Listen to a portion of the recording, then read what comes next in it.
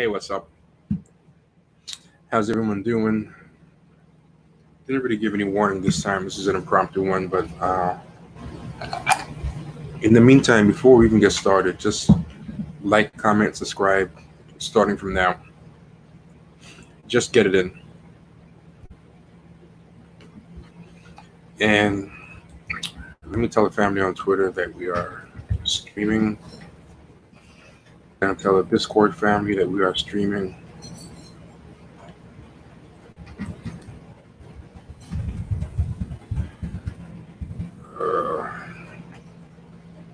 Let's see.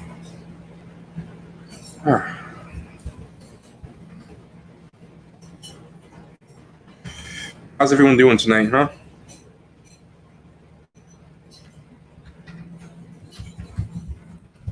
Letting people know on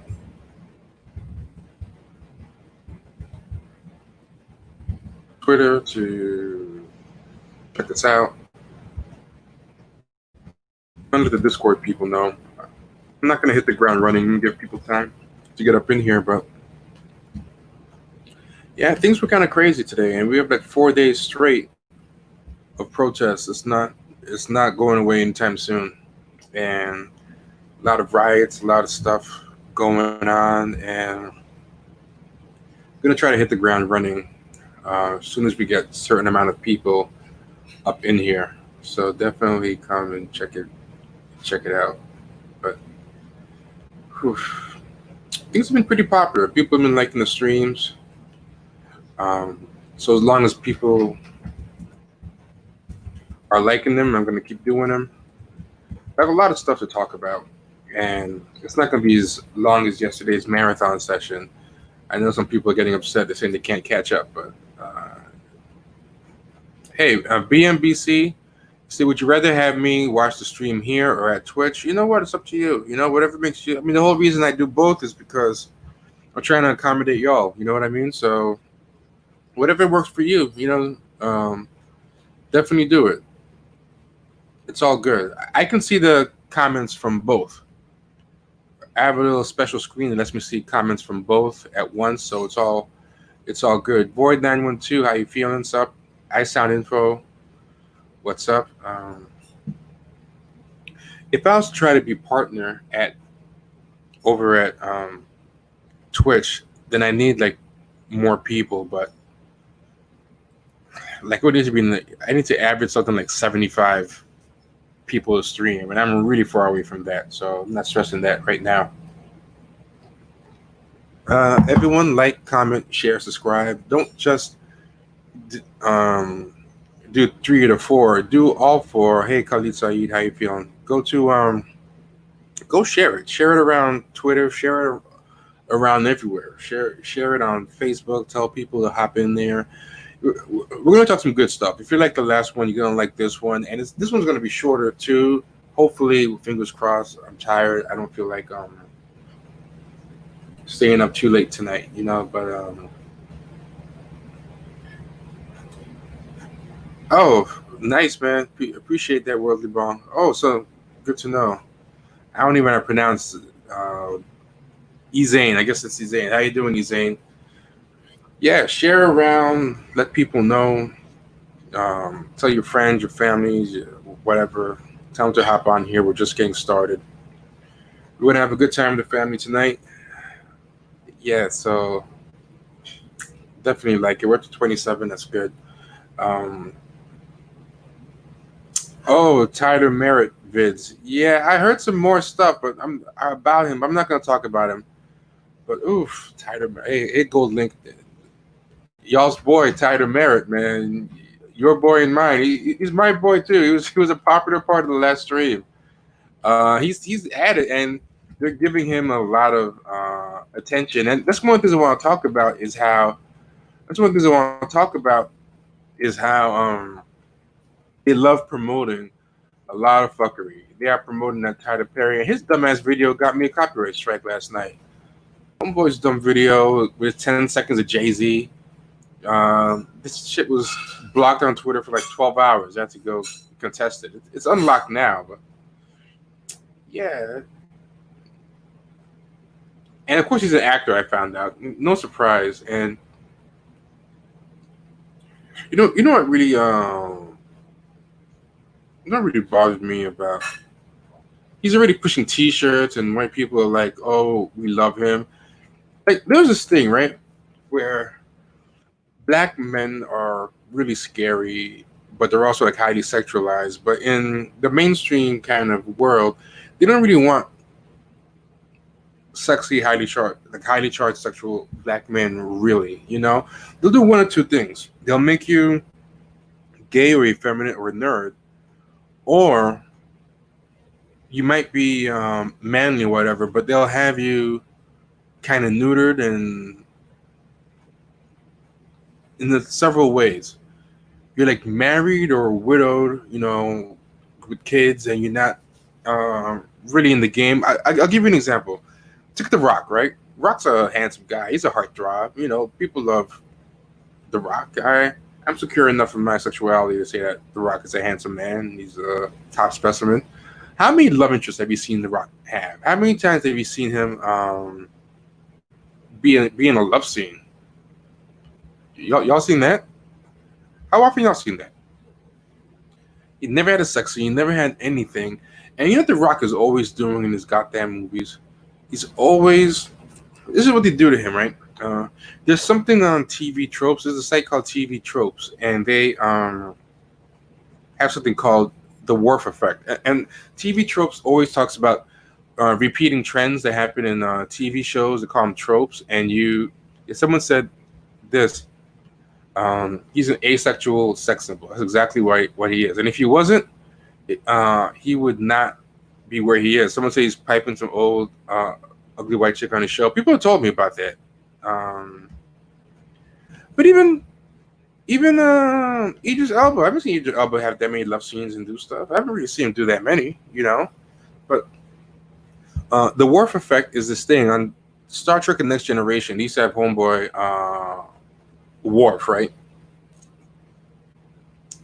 And even Rock's musculature and whatever, he looks like a weird Stretch Armstrong action figure almost. He's not even like, he's almost cartoonish. And I feel like his superhero-ish cartoonish physique almost in a way emasculates him too, in a weird way. Not emasculate, it's not the right word, but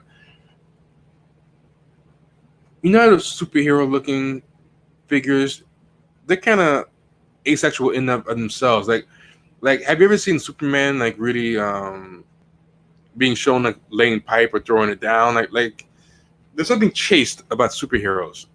So he's kind of chaste, even though he's really muscular. Superheroes tend to be chaste. But check this out. The Worf Effect is for Star Trek: Next Generation. It's a character Worf, and Worf was supposed to be. Terry Crews is another. Hold on, but was this girl black? Because that's another thing. They don't mind you doing that, but there's something I want to get to with that, like because I think when you have him being kind of in the hood and hooking up with a chick in the hood, that doesn't really threaten the white guy, because the white guy feels like he can swoop in and take that from you anyway if he wanted it. That's not really something he wants. She's even if she's black, if she was more like a Beyonce type, a type of black girl that a white racist guy would like wife up, even that would be a problem, But if it's like a girl supposed to be kind of hood or whatever, they don't really care. Yeah, and Sly said he wasn't sex symbol Idris yet either, But the Worf Effect was like, Worf is supposed to be this Klingon badass on Star Trek: The Next Generation, and what they would always do with Worf is to establish that somebody was a badass. The first thing somebody would always do is fuck Worf up. So what would happen is somebody bust into like the cabin, and they'd pop in, rah, rah, I'm gonna fuck everything up, and everyone in the cabin was like, oh, what's gonna happen? And time after time, Worf would be the first one to run up and get backslapped across the thing. And then after a while, so every time people are like, oh shit, he took out Worf? Nah, no, wait. He didn't take off. He didn't take off out Worf, you know. And at first it was kind of cute, you know. Like, you know what? It's better to show it in action. Hopefully, this won't get a copyright strike. But I mean, it became like a straight up running. It became a straight up running joke. There are whole things about the Worf effect, and Worf, you know, is played by a black man. I feel like that is not coincidental.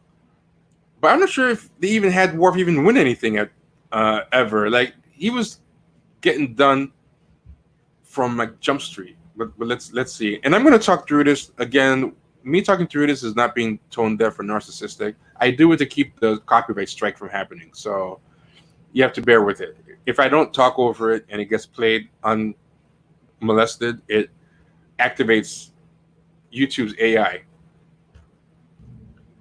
Hold on, there you go. There you go. There you go. Warp.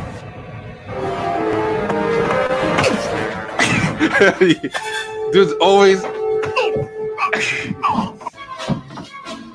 Yo, he was always getting toward. He's always.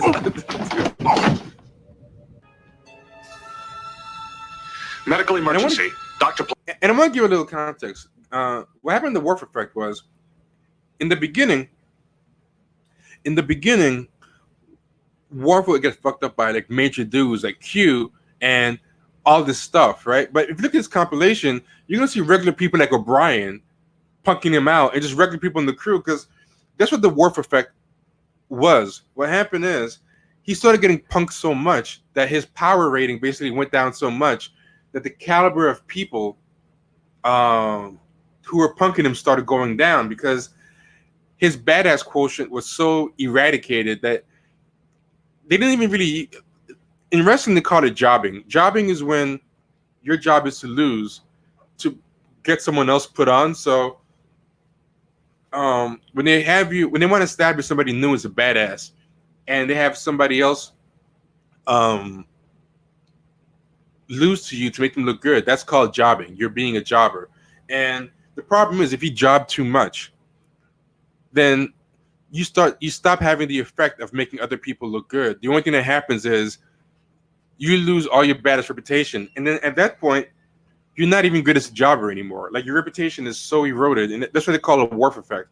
Your reputation is so eroded that it's not even there's not even any cognitive dissonance anymore to seeing you lose. Now you're supposed to lose. So if you watch the Worf effect thing, you're gonna see. Someone said LaForge was an incel. Yeah, looking back, he was definitely an incel.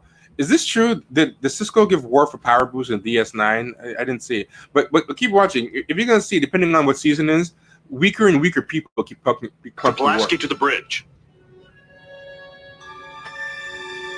What happened? He just collapsed, sir. Dude was just getting done over and over. Emergency! Security! Straight up old man is just punking Worf. This dude's like geriatric.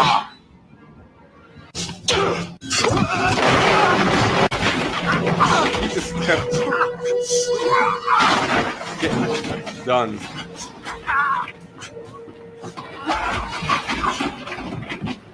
I mean, you get the point. That thing is like 6 minutes long. Like, they have like 10-minute long things of Worf getting beat up. Yeah, and like one example of the Worf effect, if you ever read comic books, the character Nightwing.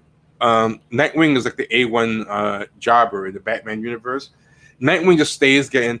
The only people Nightwing ever beats up are henchmen or people who are kind of like determined to kind of be like punks. So he has his own like rogues gallery of, and they're kind of like misfits and stuff. But if he fights anybody with a costume, who is or anybody who's like an A-list villain, he's always going to lose. Like even like the new Robin, that is like a 5-year-old kid. He kicks Nightwing. Like everyone beats up Nightwing. That's his job in the DC universe. Like but people like The Rock. The Rock has like the sexual Worf effect, you know, which is like, dude is never getting laid. He's like the Worf of sex, like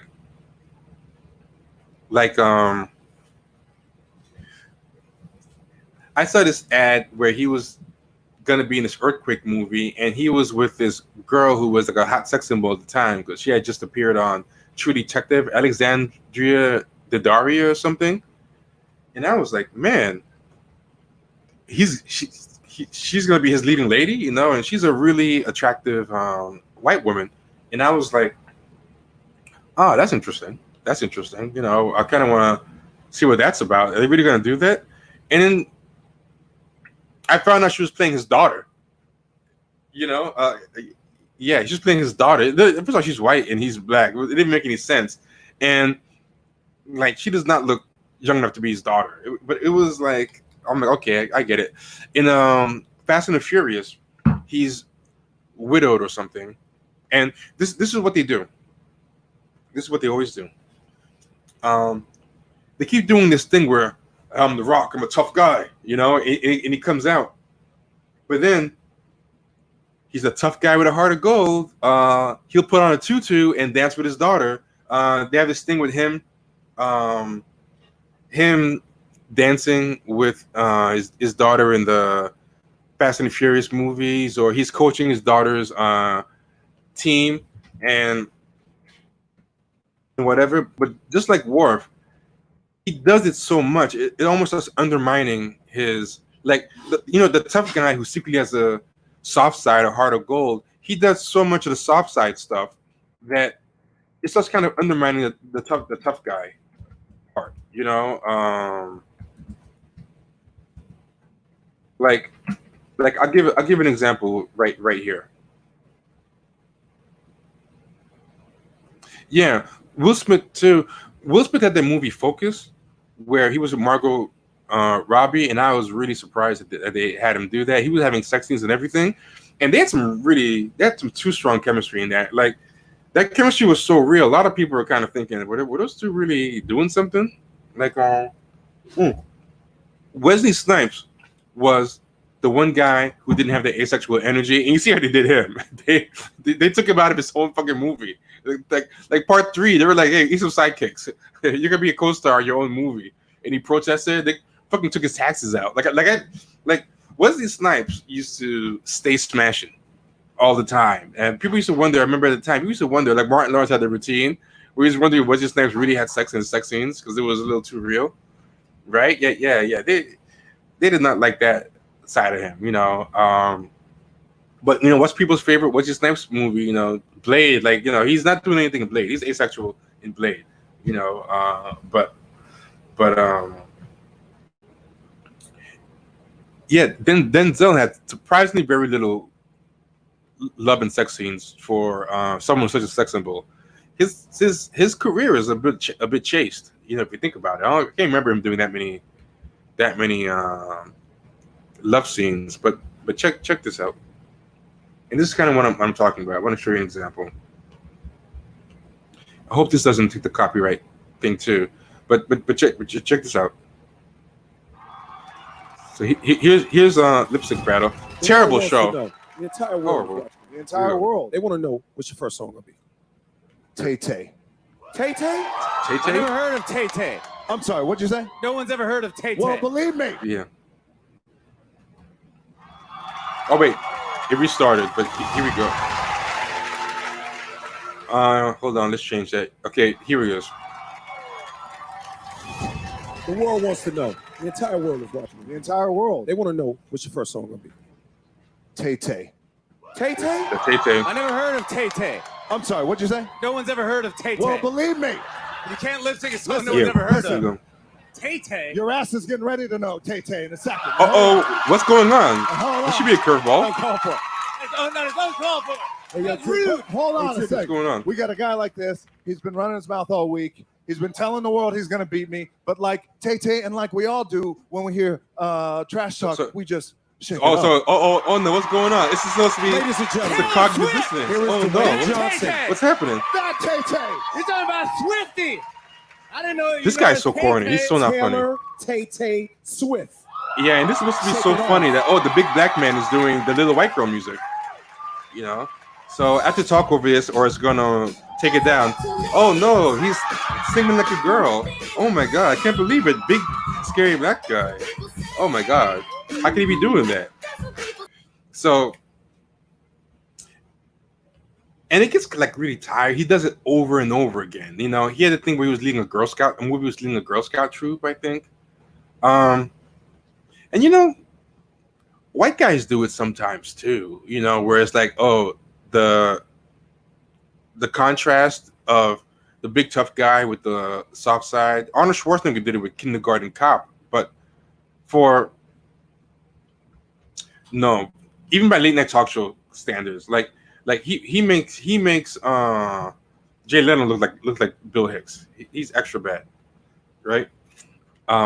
Yeah. So white guys do it like sometimes, but not to the extent that black guys do it. So yeah, you're always like widows, or they're always. I'll give you another example. The CW shows always do that. If you look at those CW superhero shows, they had one guy, Diggle, who was like Arrow's sidekick, and that guy was kind of like an alpha male type. The dude like never really had a love interest, and then he finally had like one, and the lady's kind of like she's like in her late 30s, early 40s. She's not a ugly woman or anything, but she's not like the hot 20-something debutante type of girls that they usually have in the show. Like, you know, he was never in the mix. They always like like CW shows like soap operas. They always have like triangles and love squares and whatever, and all this cheesy soap opera stuff. But that guy Diggle was never in it. They either had him with nobody, or they married him off to a side character who's not even part of the cast. She was only in the show like a fraction of the time. They just kind of had him married off, so you know he's not going to be competing with the main character Arrow for any of the girls. Meanwhile, Arrow's running through the whole cast. He's hooking up with sisters. He's hooking up with everybody in all this stuff. But they kind of realized we couldn't have this big black guy, alpha male guy with swag just hanging around. And even by just omission, even by just being there, if he's unattached, it's going to add sexual tension to the audience's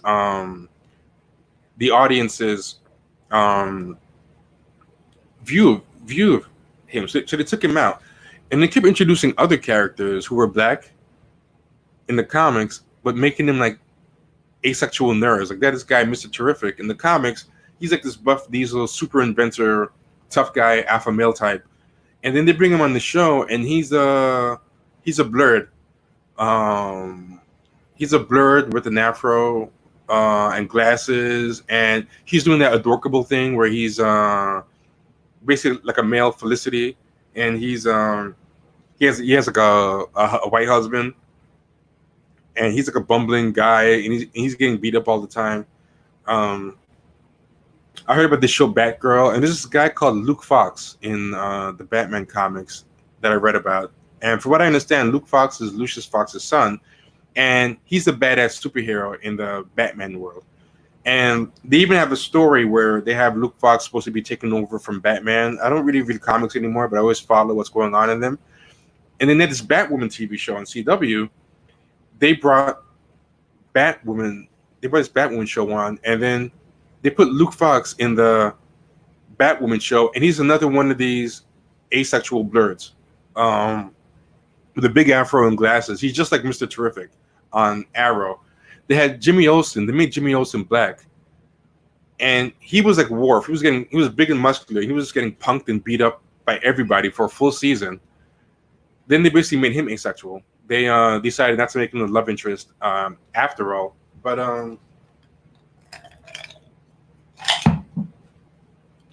yeah, so they always do that, where they kind of make you really asexual a lot of the times in these when you're black and you're a male.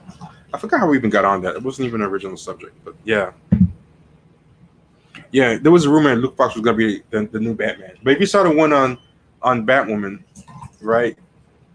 Totally different. That dude's not gonna be the new anything. He's a straight bitch on that show. Yeah. But they like to put blurs and everything. How did we even get on this? I feel like we started somewhere and we got in this digression, and I forgot. Yeah, but someone said LL Cool J. Yeah. LL Cool J, when he's in his movies, he's never really hooking up. I mentioned that show with him and Chris O'Donnell, but I bet you in that show too, I'm sure he's not. I'm sure Chris O'Donnell is doing all the piping. I'm sure he's doing all the piping. Terry Crews too. Terry Crews is a big giant teddy bear. Terry Crews is always doing that exact same shit. Where he's I'm the big tough guy with the muscles. Oh, but look, I'm scared of a mouse. Brooklyn Nine-Nine. He's always doing that, and Terry Crews does that so much. Now he's not even believable as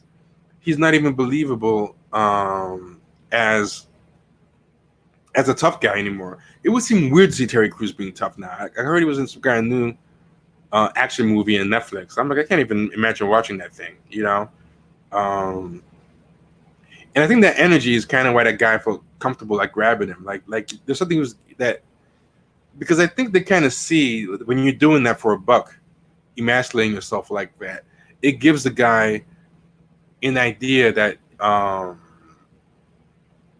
you're psychologically neutered. I think this is not victim blaming. I'm not trying to say he deserved that at any point or excuse the guy or say he had that coming. That's horrible. It shouldn't happen to anybody. But like, I always try to think something bad happened. I always try to think, what energy was I giving off that made somebody think this was okay? Someone said punch Worf, so everyone in the jail knows you mean business. Yeah, I love when people never been in jail always tell that story. I mean, I remember it's like I wonder if anyone ever went to jail and really tried that. It just like the rest of the time in jail just became hell. Like that is such like a barstool sports guy like idea of what jail is like. It makes me funny. It's always funny to me, Micheal Duncan Clark was another one. Yeah, totally. He was like a big cuddly teddy bear all the time. When you do it like too much, it undermines the effect. Like that team. What was that guy? T Merritt, whatever. That Tyler Merritt guy. He had the kind of same thing going on in his video. Like where in his video there was a scene, the one where he was jogging I showed last time, where he starts playing Taylor Swift. He starts with Jay-Z, like you expect, and then goes, oh, Bon Jovi. Next thing you know, he put a Taylor Swift in there, and he's kind of letting people know, hey, I call it leave your bitch around me energy. Like, I'm a big scary black guy supposedly, but you can leave your woman around. Like in the Muslim world, bearing a tutu syndrome, that's exactly what it's like. In the Muslim world, in the old slave days, what they used to do is they would have the biggest, scariest, most buff black guy as the guard to the harem, right? And they would put the biggest, scariest black guy as the guard of the harem, but they would castrate him. So the idea of having him castrated, right? Because they didn't want that big guy having access to all the harem. Like the guy's fear is gonna be,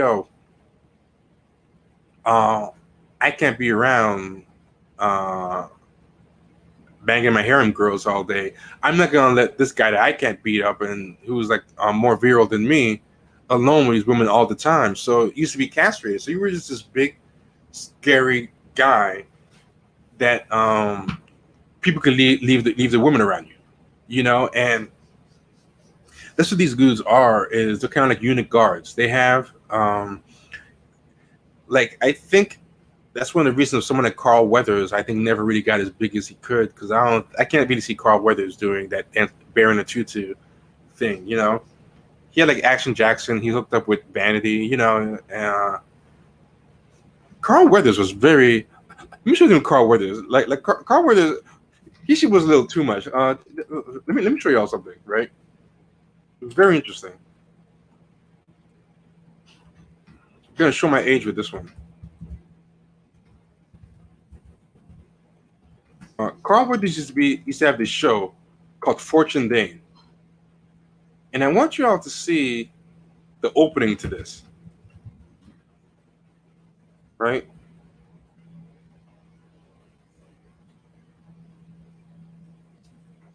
Hopefully the opening is in here. Hold on. I'm gonna see.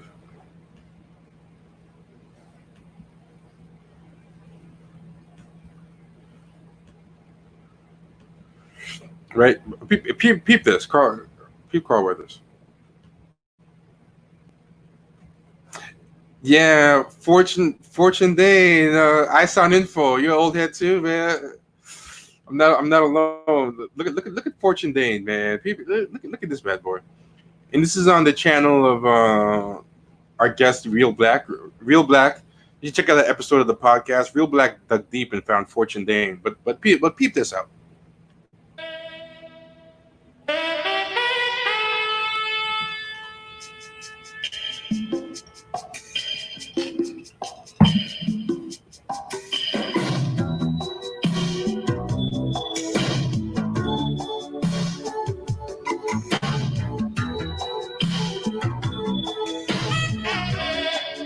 It's almost a little too much.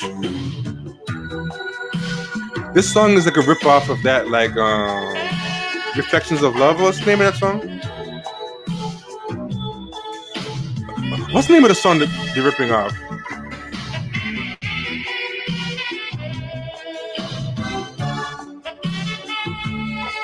Yeah.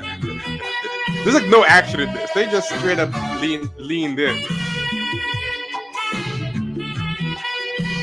The music and everything. Dude got his tapered pants on. The whole nine.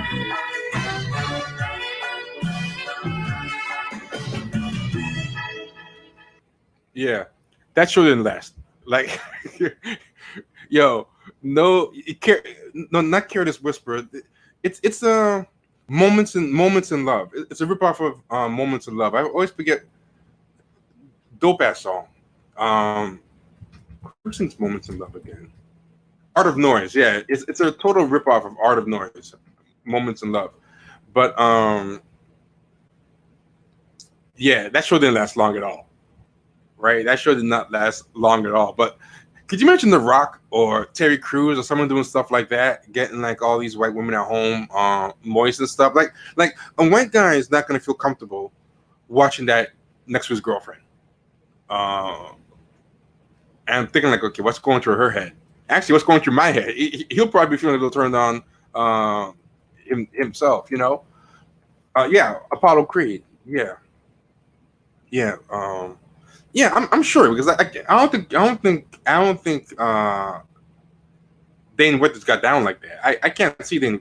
That's like I call him Dane. I call him by the name. I can't see Carl Weathers even getting down like that. You know? Yeah. I can't see him getting down like that. Yeah, I mean, but I'll tell you the truth. It didn't even fly then. Like I don't think that song. Essentially, with this one fly now, it didn't even fly then. I think that's why Carl Weathers never went as far as he could have. He was not really trying to do that. Yeah, but you can bring your girl around to Fast and the Furious movies or rock movies, and you don't feel threatened by some dudes do the Trojan horse like Tiger Woods. He was snuck in with that Boy Next Door Black Richie Cunningham thing, and he was like the undercover buck. Like people were, one of the chicks that he was smashing brought her boyfriend around. He was a big fan, and he didn't even think twice about how did my girlfriend introduce me to Tiger Woods. Like sometimes I think some of these black dudes what they do is that they self-emasculate and do a Trojan horse thing, and then they go in, then you find out they'll come in on that blurred tip, and they do that Trojan horse thing. And you heard the stories about how Tiger Woods was getting down. You're like, damn, that dude was a dirty Mac, man. Oh, dude, he was notorious. He banged his neighbor's like teenage daughter, and that dude was like predatorial. like he had everybody fooled, man. That dude was he had the racist love, racist hate thing down. He was playing up the racist love, like the Cabin Asian, Richie Cunningham. People thought he was a Brian Gumbel. Then behind the closed doors, he was Black Mamba. He was Tiger's dad. Yeah, Tiger's dad. I heard was really like that. Yeah, for real. Yeah. Oh yeah. I mean, exactly. Where is he now? I mean, he ended up suffering for it. No, he totally paid for it. Yeah, people didn't want that. People didn't want Tiger Woods to be a buck. Like yo, you pulled a fast one on us, you know. Like someone like Michael Jordan. Like Michael Jordan didn't. There's more than one way to do it. Like one thing is to be a family man. Like Michael Jordan was a family man in people's eyes. He wasn't dating around. If he was like living like a Floyd Mayweather wife of like hanging out with like hot women and flashing his wealth, it would have been different. I think like there's more than one way. You don't always have to be feminine, but you can be like off the market. That helps too. That's one way to do it. So I keep thinking that there was the story was crazy. Like the story was something like he had to come over to show her like the treadmill or something. Then he like hit her up on the treadmill, like something crazy. Yeah, LeBron James too. Like LeBron James is a family man. Like there's something like, so it's not just that's the covert way to do it. Like they won't put you in a dress or a tutu, but they'll have you off the market somehow, and that makes you safe. But yeah, that wasn't even what I planned to talk about. You know, let's talk about some other stuff. I want to talk about something. Oh, totally.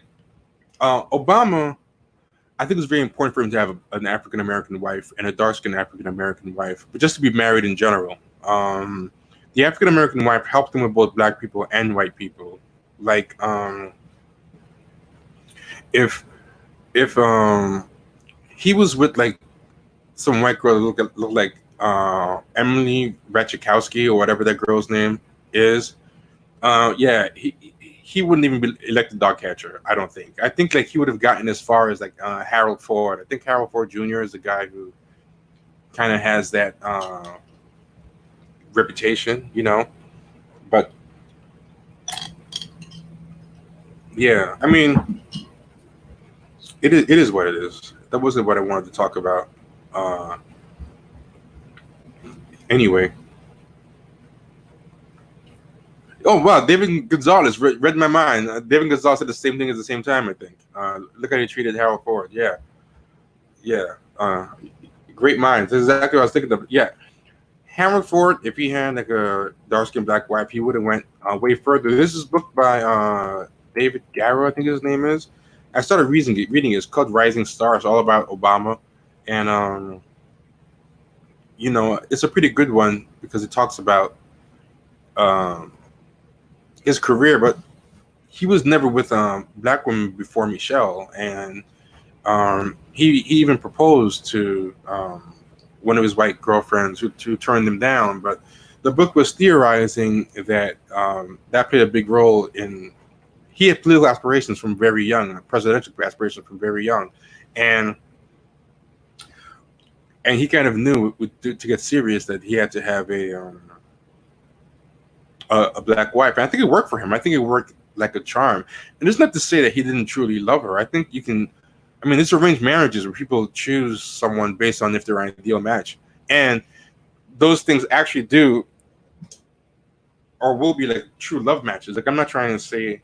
You know, I think she's very attractive. I think she's an attractive woman. I think she's a smart woman, poised woman, accomplished woman. This is not me trying to say like he's settled. I want to make sure that that's clear. I don't want people to take the wrong impression. But whether he didn't whether he didn't sell out or what, like whatever his reason was, whether he did it because he really loved her or what, or I still think it was part of a conscious choice, you know? Yeah, exactly. I want to make clear, I am not saying he's settled. I am not saying Michelle Obama is one of those few people who gets like better every decade. Like she actually looks better now than she did like in her 40s. In her 40s, she looked better than her 30s. Like her and Obama just kind of went like two different. How do you do it? Like this. Her and Obama just went. You know, Obama had that typical aging thing that presidents go through in the White House, and she came out like a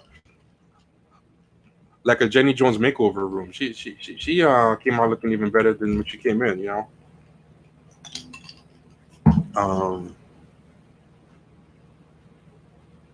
But here's the thing. It can be true love, and it can still be a strategy or a choice. Like, you know, I can say, okay, I need to have a certain type of wife. And then what I do is I don't date anybody but that certain type. I don't give anyone even a chance. And then out of the ones that I narrow my pool to, I could generally fall in love with one. Like, I want to make clear, I'm not saying that he was settling, or I'm not saying that they're not really in love. I think they totally are in love. You know, that's what happens with arranged marriages all the time. Arranged marriages actually have a higher success rate than so-called love matches. Yeah, so yeah, someone said very, very rarely does someone not factor the social status implications of how they choose a partner. So let's make that clear. I'm not saying he's settling. I'm not saying he didn't really love her. I think both are true. And like Terry Hines said, you know, that's not a. If that's settling, you're way ahead of the game if you end up with Michelle Obama. So I want to make that clear. But that's not what I actually want to talk about, even though it's a very interesting diversion. But check this out. There's a lot of stuff going around today about, all these white people at the protests are messing everything up. All these white people are they're blowing shit up. They're the ones who are causing all the problems, you know, at these protests. And I'm really kind of sick of hearing about it, you know, because sure, at a lot of these protests, white people are being human shields and blocking the police, and, you know, that's fine. In a lot of these protests, the white people are destroying the most shit. I'll even go as far as say, and some of these white people, I think some of them truly, genuinely care about the cause. Some of them are just there for an excuse to break stuff. And at these protests, the black people there are even saying, "What are you doing? You're ruining." Like, people have shown videos of that. Like, stop. We're here to plead our case or whatever. I'm sure that happens. But I've seen plenty of clips of black people tearing shit up. I've seen plenty of clips like in Philly of black people tearing up shit, right? I've seen DC images of mixed crowds of white and black people and crowds of just black people tearing stuff up. Atlanta, you're not gonna tell me it's all white people doing that stuff, you know? They're tearing it up. And I'm gonna say one of two things is either happening. Either these people who are spreading this propaganda that, you know, the black people are just there to protest and have our pain felt, and, you know, you guys are messing it up. Maybe that's true. And maybe these white people are just interlopers blowing shit up and tearing it up. Or maybe it's not true, and maybe the black people are actually rioting and blowing shit up themselves. But either way, I'm fine with black people getting the blame for it. Or even if you don't get the blame for it, like, and what I mean by that is this: we know, and this is something that our co-host Mario calls aggressive passivity. Mario coined this term, aggressive passivity, where he calls it you're being almost aggressive or pushy with your passivity. So it's like you're barking like you're saying something, but you're barking to say, like, "How dare you shoot me? Hands up, don't shoot." And you see that thing. It's a really weird mixed message where all the black people lay on the ground, but then they put their fist up while they're laying on the ground. And it's like, okay, what kind of weird message is that? That's just weird. Like, are you trying to show black power, or are you trying to show, like, a lot of the stuff is really again, aggressively passive. I'll show an example.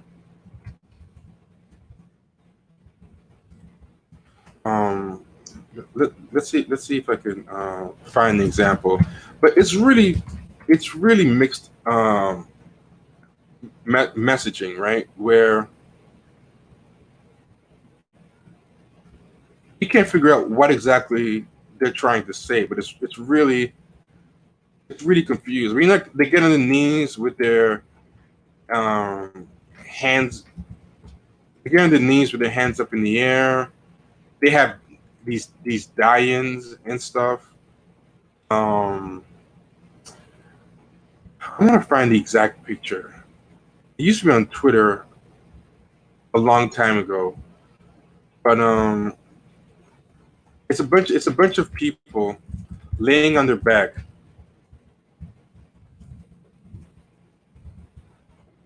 Let's see if I can find it.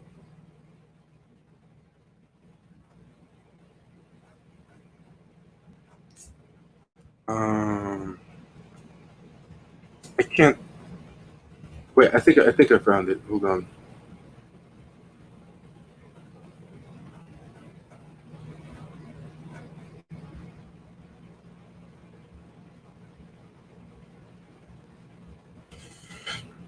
I found a bunch where they're lying on the ground, but I didn't find the one where they're lying on the ground and their fists are up at the same time. But you can imagine it's a very confused look. It's like either stand up and have your fist up or lay in the ground, but you can't. This aggressive passivity thing is a really mixed message, and it doesn't really scare anyone. It hasn't been deterring anybody, right? So, let's say the worst case scenario is right. Let's say it's white people invading these protests. They don't care about Black Lives Matter. They don't care about George Floyd. They just are going to use any Black death as a reason to tear the country apart. Let's say that's true. Okay, fine. That's the consequence then. If you kill Black people, crazy white anarchists are going to come and blow up the country. Fine. I'm okay with that. If that's what it takes, if that's what it takes to get shit going, then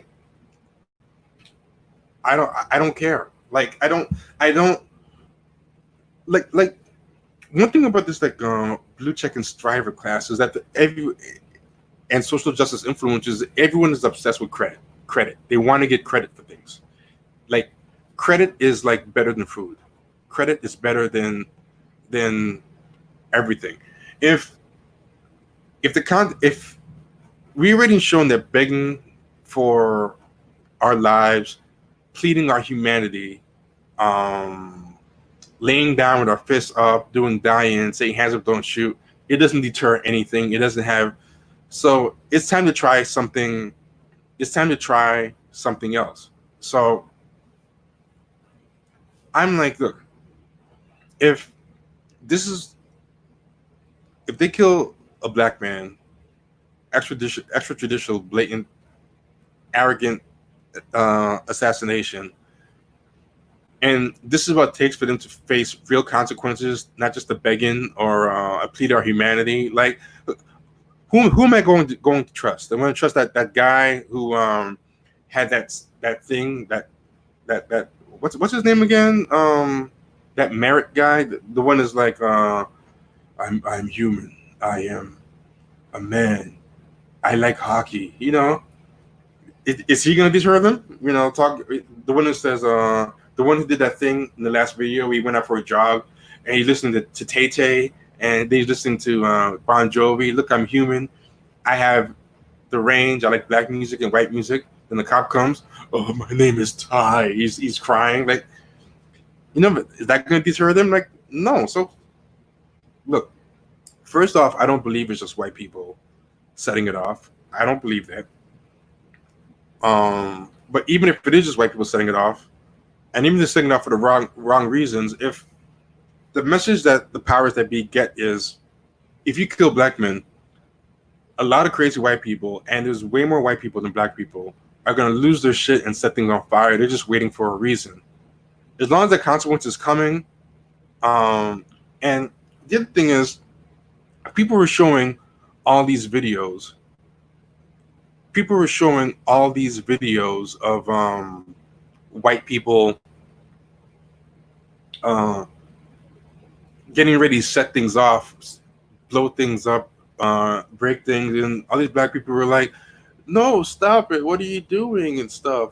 That's not what this is here for. And it's like, yo, if anything, like, why are you letting these people show you up? You know, like, picture like in the 60s when they had those crazy like Watts riots and those crazy riots all over the place when Martin Luther King died. And picture like if the white people were ready to actually go further than the black people. Like, to me, that's kind of embarrassing. You know, like, I don't know. That just looks a weird look to me. I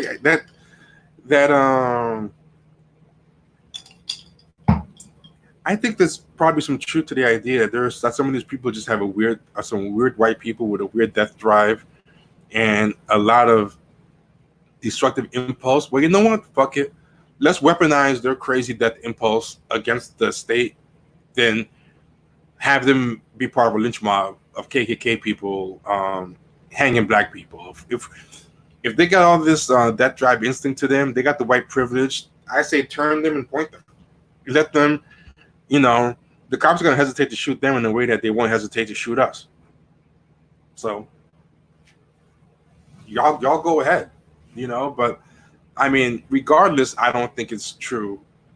I don't think it's true anyway, but yeah, that's the thing. It's a new type of respectability politics. But I'm going to break down some stuff about those videos and what I think they are. I'm going to show down like these people, like why are these people pushing this narrative so much that we have nothing to do with this? This is not what the black protesters want.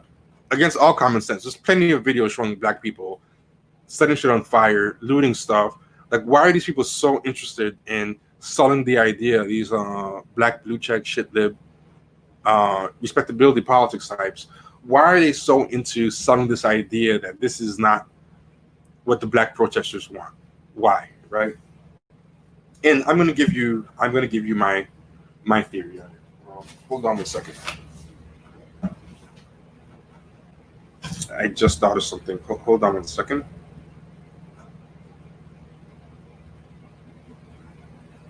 Yeah, but there's a lot. I'm going to show y'all something.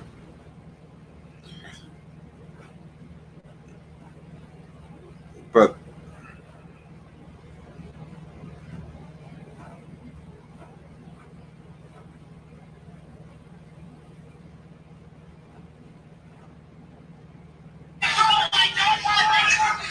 just give me a second.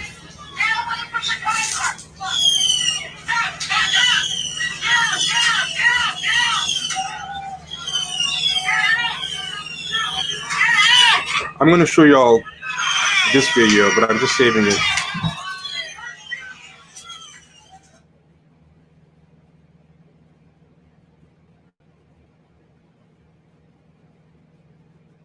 Okay.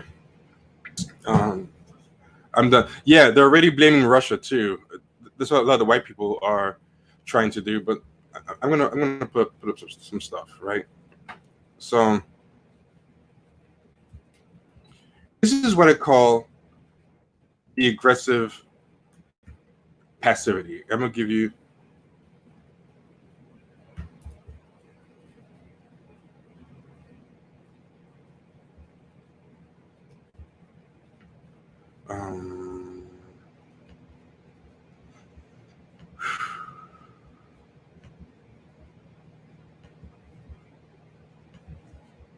I want y'all to look at this, right?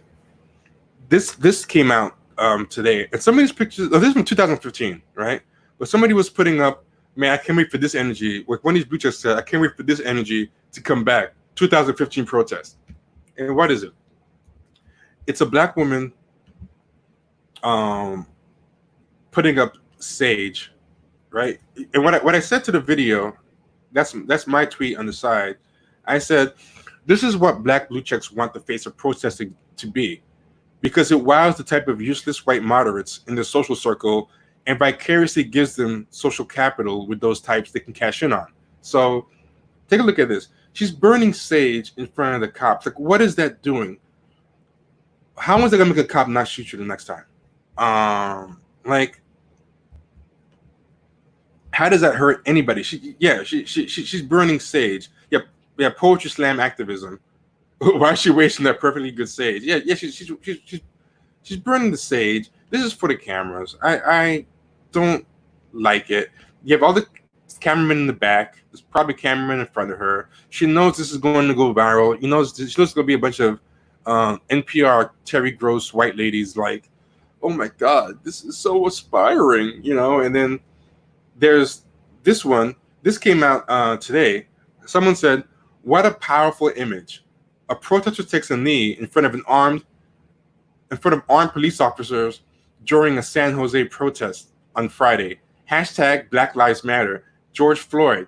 Like this is that aggressive passivity. They show up and look at the people behind her. Can you see the people behind her with their hands up? And what is this weird kind of thing where they get off on these black women subjugating themselves in front of the black men? I said no, in front of the white men, to beg for mercy. This is kind of like a genre of photo now. And for the photographers, this is a way to come up. Like the photographer, his credit's there, Dai Sugano, everyone's waiting now to catch these photos. The people who are in them are trying to be caught in these photos. This is the one that I think might have started the most popular one. This is the one where that lady from Muttley Jones said, looks like she has superpowers. People were loving this one. This one went popular. So just watching these black women get bum rushed or watching these black women beg for mercy, it's not a good look. I don't like it. And also kind of shows, especially the idea of there's no warrior class. These are a bunch of defeated people who are standing out like they're women on the front line. They like showing this stuff. They don't really like so much the ones of the black men blowing stuff up. That's not really white liberals like so much, right? This one, they put a little girl. God damn, this is my daughter. I am not putting her. What the fuck is wrong with you? You're gonna take your little girl, put a sign on her for clout, and drop her. She's closer to those soldiers than she is to you. And you have so much faith in the humanity of these people. They're not gonna shoot your little girl, or whatever. Or if something happens and they're shooting at someone else to hit your little girl. Why would you fucking do that? That's fucked up. I don't like that. But this is what these people want it to be. Not just the white liberals, but the type of Black Lives Matter people or whatever that are mascots to these people. And it's true. It's these are still images that people are treating like a video. And that's very true because in a previous podcast, I showed 3 frames later after this one, and people were kind of taking it as if she was standing still and she was like Goku, pushing them back with a fireball. But what's actually happening is they were running together, and 2 seconds later, they yoked her up and dragged her off, kicking and screaming, And I was saying, this is what they want the face of protesting to be. Not just the white liberals, but the black people who sell themselves as Negro whisperers, or what I call the managers of black people. In Gone with the Wind, I talk about Gone with the Wind a lot, and this is what they do as well. They always like to say, they'll say that she did it because black men couldn't and wouldn't do it, right? But I'm gonna give you an example. Remember I talked about Darren Seals and how Darren Seals was on the front lines of Ferguson, and he was the guy who was on the ground of Ferguson before D-Ray and Black Lives Matter and all those people came down and took it over.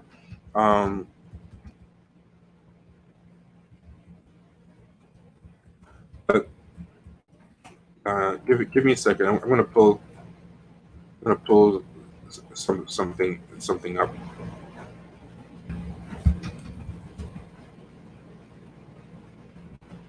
But I want y'all to look at something. Just give me 1 second. Darren Seals is dead right now, and he was killed in a car in Ferguson, along with a bunch of other Ferguson activists. None of them had any affiliation with Black Lives Matter. A lot of them openly hated Black Lives Matter, and they were on the ground before DeRay and all of them came as protest tours, right? But in Gone with the Wind, Mammy is basically the middle management, or in a lot of these old slave movies or slave fiction, she's the one who, in the Goodbye Uncle Tom, Mammy's the thing that too, like, she's more loyal to the white people than to the black people. And everyone should watch Goodbye Uncle Tom. It's a hard to watch movie, but it's really good at racial dynamics. And they're there to scold the household. They're the ones. A lot of times, have you had a black middle manager who's harder on the black employees than even the upper white management, where they kind of overdo it? And to the point, Kenny always says, a lot of these white people who employ these like black human shields, they'll even be like, we didn't ask you to do all that. You're a little overdoing it now. So sometimes these people end up getting, fired for going too far with the cooning. Like even their overseers will be like, yo, we didn't actually do all that now. But these people are so ready to just put their foot on the neck of black people. Let me stop real quick before I go on. I want to talk about something real quick. Let me back up real quick. I just remembered something. Hold on. I just remembered something about something that I just showed you guys that I think is worth bringing up. Bear with me for a second. I be starting these things with a whole bunch of stuff lined up, so sometimes it's hard to keep it all together. But I'm going to show y'all something, and it's something that I just brought up, but I want to come back to it because I forgot to mention something. One of the things I hate about the aggressive passivity thing that Mario mentioned, one thing I hate about the aggressive passivity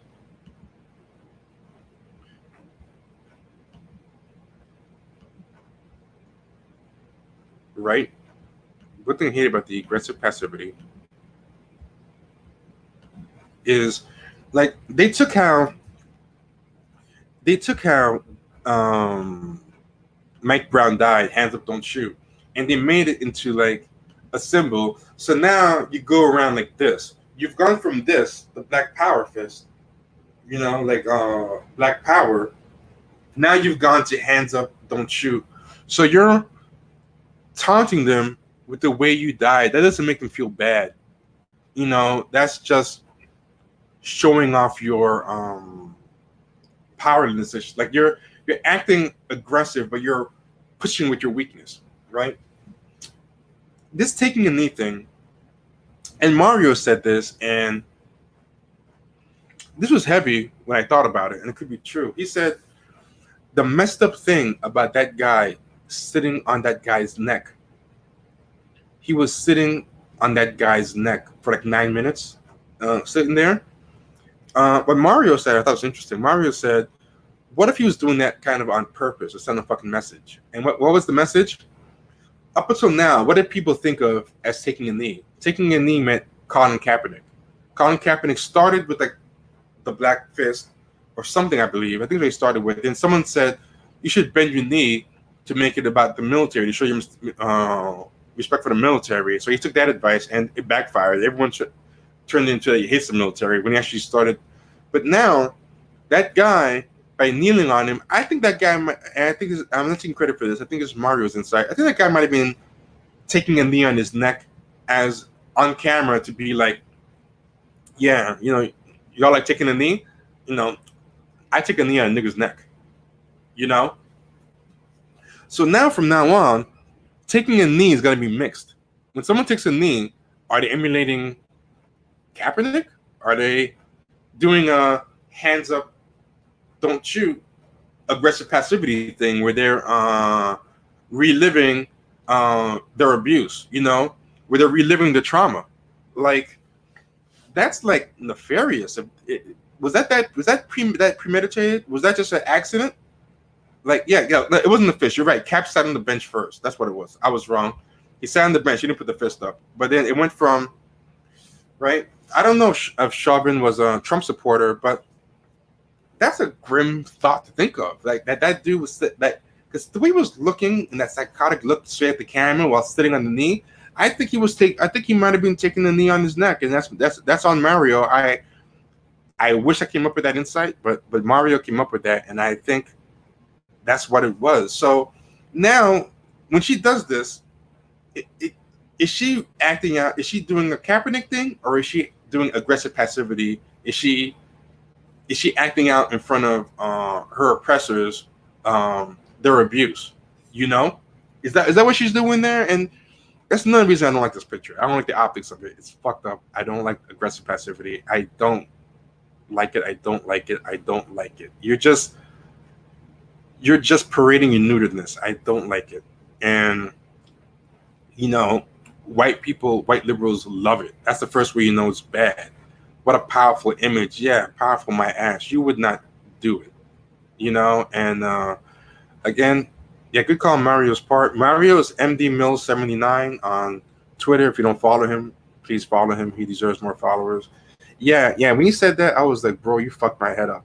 But I think there's something to it. Whether it's an accident or what, he fucked up that take a knee. From now on, take a knee is gonna mean have a mixed meaning, and that's grim.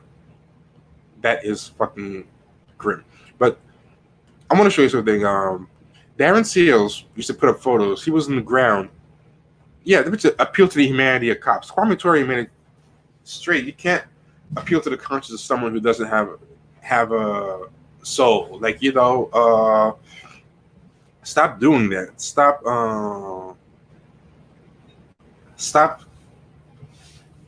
Stop leading with your abuse. Like what? You think you're gonna make them feel sorry for you? Convoluted messages. Yeah. I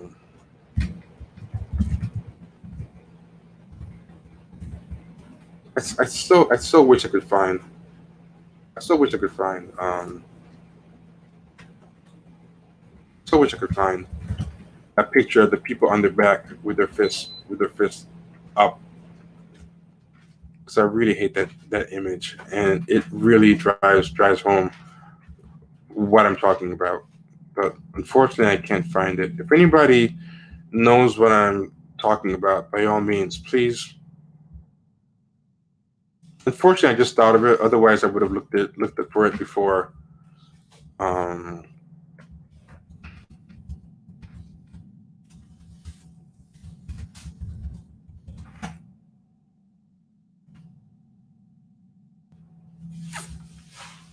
Yeah, I'm having no luck.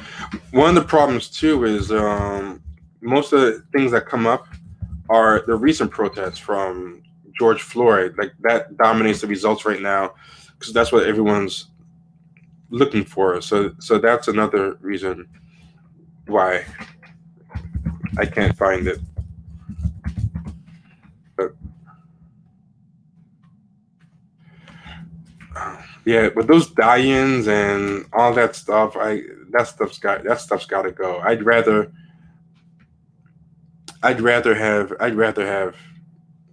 have these rights, and I don't care. Like, you know what? Even if white people, even these blue check story is true, and these white liberal story that white people are doing it and letting black people get blamed on it. Hey, I'm glad. Let the black people get blamed on it, because people are not scared of black people. They are not scared of black people. And if this is what it takes to make America scared of black retribution, then so be it. Because these Black Lives Matter types are not scaring them. They're not scaring them. At all. They are not scaring them. That's why they're that's why they're using them. That's why they like them. You know, they're not scaring them at all, and I don't know, but I want to show you all something real quick.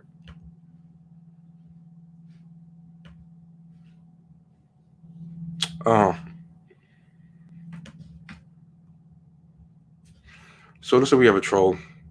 Anybody want to get modded up? Feels like it's a bot.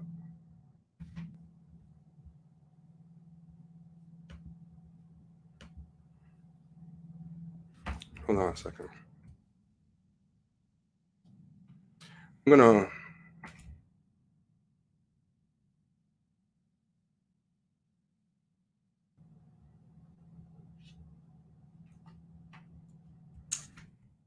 maybe we got some trolls.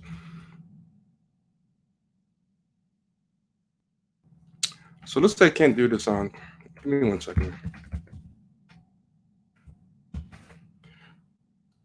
On YouTube we're fine, but on Twitch we have some trolls. Let me see if we can mod up somebody on Twitch. Give me a second.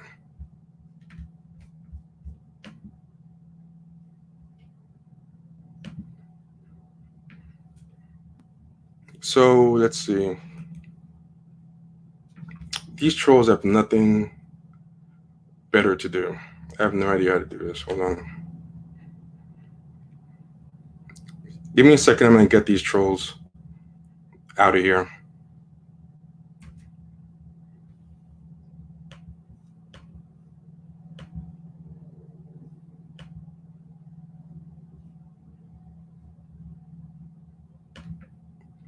Okay. Band 1. Let's see what else.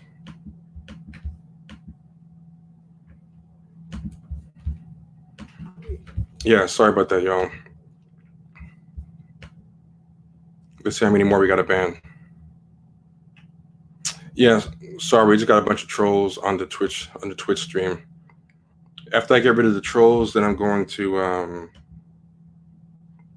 mod up somebody. But that is some morbid shit. Okay.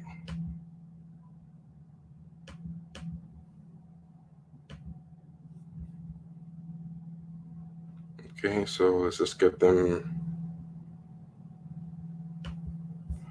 Okay, so they're banned. And yeah, sorry about that, y'all. Just gotta get rid of these damn trolls on Twitch.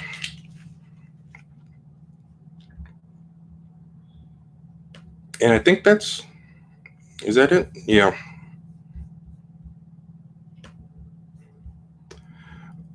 Okay, cool. So let's see what happens now.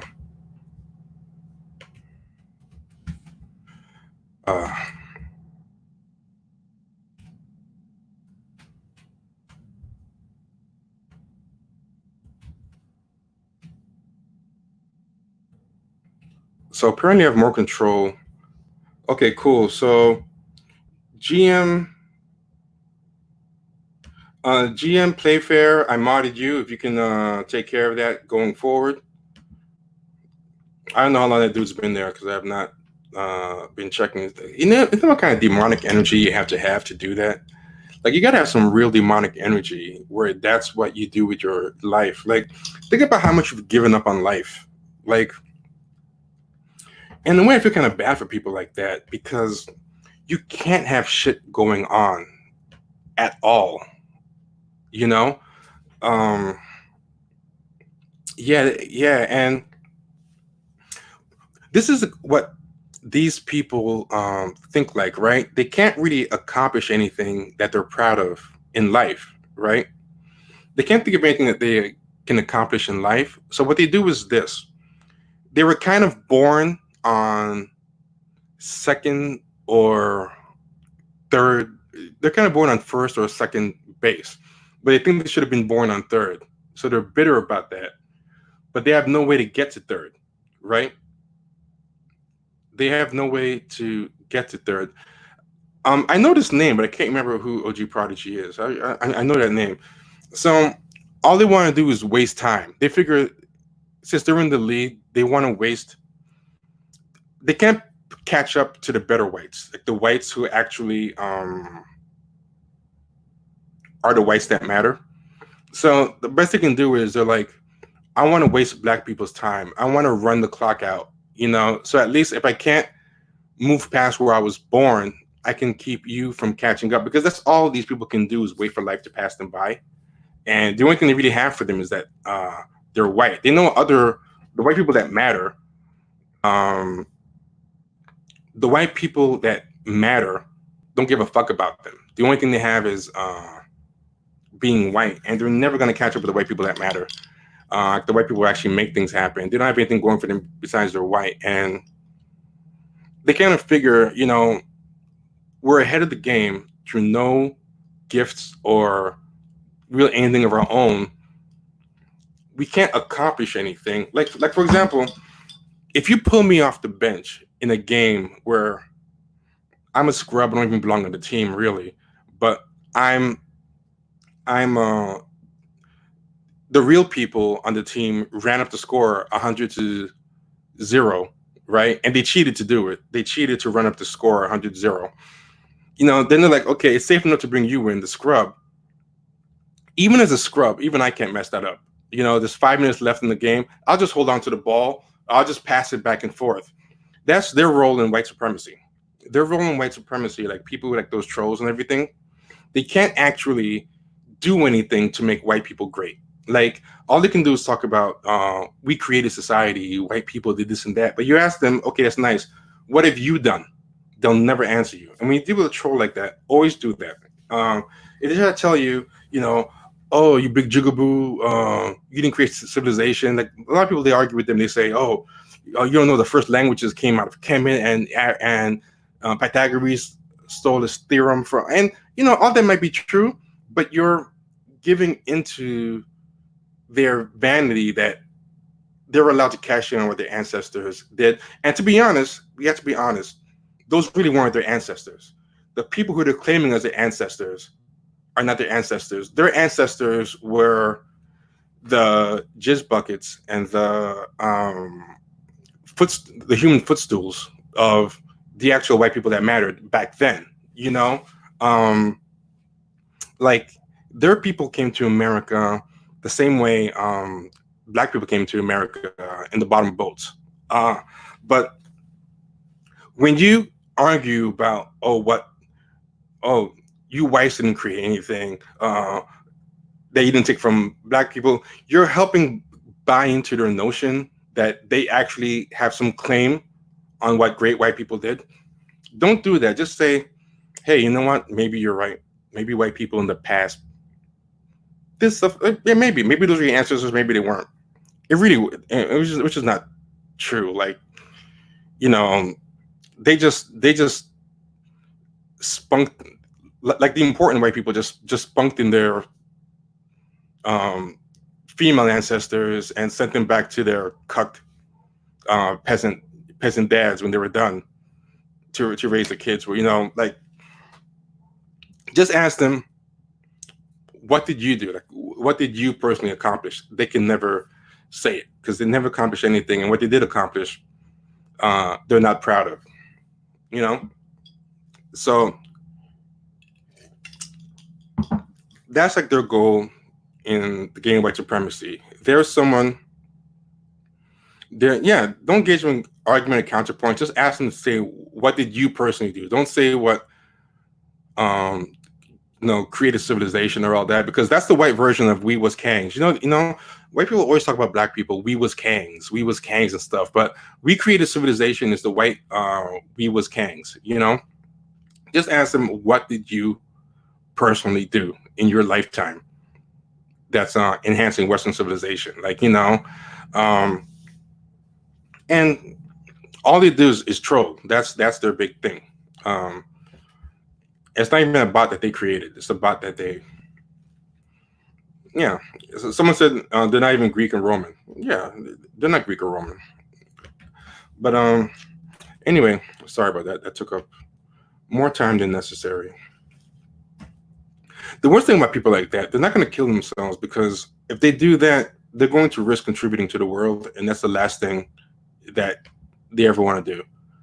So they won't even do humanity that solid. They're just going to stay and just keep sucking up space and resources, whether it's from their mother, whether it's from productive people. But anyway, let's see. Give me a second. I hate to.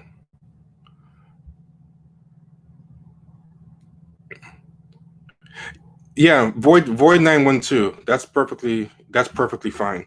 That's perfectly fine. If you want to ask me to help mod that auto thing. But anyway, like we were saying, here we go.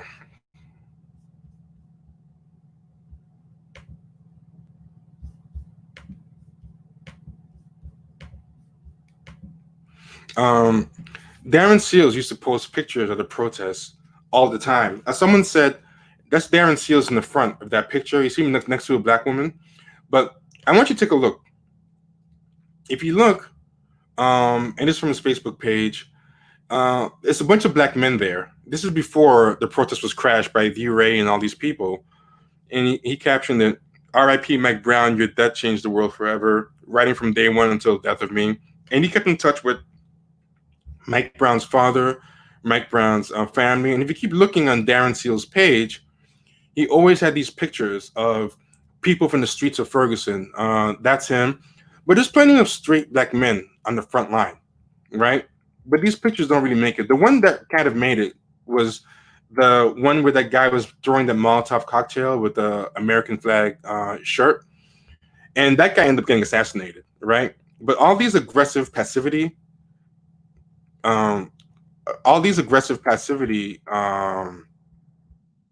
things, you know, somebody earlier in the chat said they always want to make it look like black men aren't doing anything. Take the warrior class out of the equation, and all the women are coming to the front and they're bowing and begging and stuff. They won't even put women who are being writers, but they'll still put them over, you know, the black men. Like the one guy was, you know, that what iconic was the guy who was throwing the Molotov cocktail with the American flag, and they assassinated him later on. But if you look, there's men here, there's straight black men, there's women here. You know, it's not just black femmes and queers, as like Black Lives Matters always said. You know, they were out in there. There's no D-Ray in the pictures. There's no these usual suspects, and his page is like full of this. If you look, these are the locals in Ferguson. There's men there, there's women there, there's children there. These are the real deal people on the ground. No septum rings, no none of that stuff, right? And his page goes on and on. This is him with Mike Brown Sr. This is Mike Brown's father. Darren Seals with Mike Brown's father. And if you look, the whole black community, there's old, there's young, there's some Muslim women in the back, there's young girls, you know, it's everybody. Here's a bunch of men. There's a Mike Brown Sr. there. He's an older dude there. There's a woman here. Lots of straight black men going on. But the one thing they always keep telling you, if you listen to these certain people, they'll keep telling you, we're on the front lines for you. Black femmes and black queers, we're on the front line for you. You need to appreciate us. First off, they never accomplish anything. Like I always ask them, okay, so you're in the front lines for us, supposedly. What did you do besides get yourself careers? You know, what did you do? What did you accomplish? And one time when I used to ask people this, the most common response I got, and I swear to God it was a real response, 2 or 3 people said, Oscar's so white. And I was like, first off, what did you have to do with anything? But that was a serious thing that people were no, I want to make sure. I want to make this clear. I didn't say Darren was in the picture throwing. That wasn't him. That was someone else. I was saying that picture was the only one of a black male being a warrior that really went iconic with the mainstream media. Yeah. So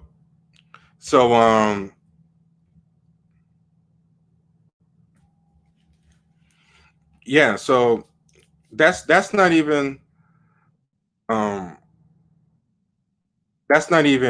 I was saying. I want to make that clear. You're absolutely right. He wasn't the one. That's not what I was saying. I was just giving an example that there were plenty of straight black men on the front lines. And the other thing is, this is not a competition. I'm not saying this to make it a competition. That's saying, black straight men are better than black queers, black friends. I'm saying there shouldn't be a competition. There's room for everybody at the front lines. But what I don't like is that these people, who crash protests, they have the audacity to crash protests, and then, hey, OG Prodigy, I just modded you. Yeah, so, yeah. Thank you so much. Right. Yeah. So the whole thing. Like I don't like the idea of these people gate crash protests, but then try to erase. Like a lot of people have some weird agenda against straight black men. Then try to erase them out of there. See, so this is not me saying don't give black queer people credit. Don't give black women credit, because in those pictures I showed you, there's plenty of black women in there, and a lot of the black people in there, I have no idea which of them are gay or not. Like there is. Salute OG Prodigy. Thanks so much for the help. Yeah. So it is what it is. But so the person has said that they take these talking points and just make it about themselves. But that's really important to understand, right? And I want to back up a little bit, right? So this guy, Darren Seals, he came in on Twitter and was blasting everybody and calling them all frauds and saying that had nothing to do with Ferguson. And I remember the guy's name was Crawford or something. That was the guy who drew the Molotov cocktail, right? But Darren Seals ended up dying, right? And this is what happened to Darren Seals and other ones, including the guy who threw the Molotov cocktail. They made bank, but you know what? I don't think they made that much bank, because I think these people sell themselves for. Yeah, he's definitely part of the crew. Yeah, they make bank, but I'm telling you, these people sell themselves cheap. They don't make as much bank. That's why they're always still so desperate and for new grifts. But this is what happened to all those people, including the guy in the picture. If you look at this one, a puzzling number of men tied to the Ferguson protests have since died. And here he goes. I believe it's Crawford, Edward Crawford. I thought it was Jamel Crawford. Edward Crawford, that was his name, right? 2014, he returns a tear gas. Sorry, it wasn't a Molotov cocktail. It was a tear gas canister fired by the police. He picked it up and threw it back. A photographer took it and went viral. 2 young men were found dead inside torch cars. 3 others died of apparent suicides. Another collapsed on the bus as death ruled an overdose. 6 deaths involving men with connections to protests in Ferguson, Missouri, drew attention on social media and speculation in the activist community that something sinister was at play. Reverend Darrell Gray said he found a box inside his car. When the bomb squad arrived, no explosives were found, but a 6-foot python was inside. You know, and Darren Seals was one of the people. And this is a picture of them protesting. And you see Darren Seals.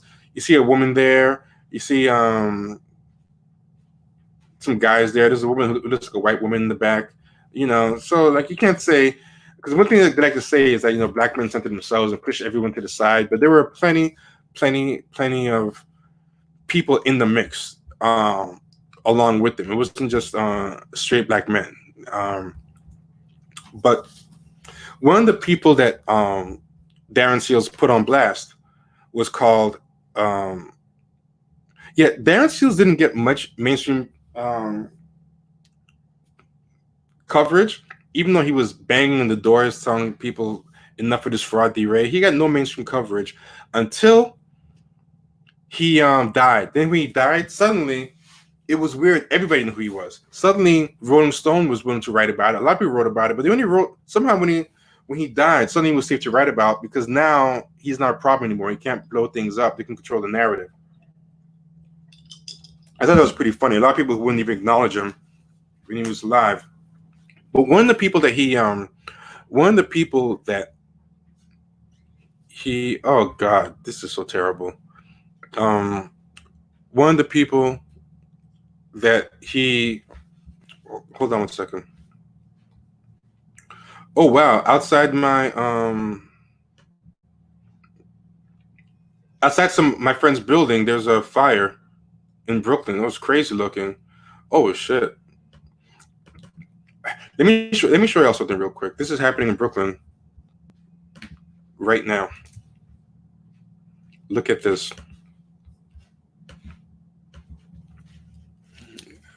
Hey, check this out. A friend of mine just sent this for me in Fort Greene in front of the building.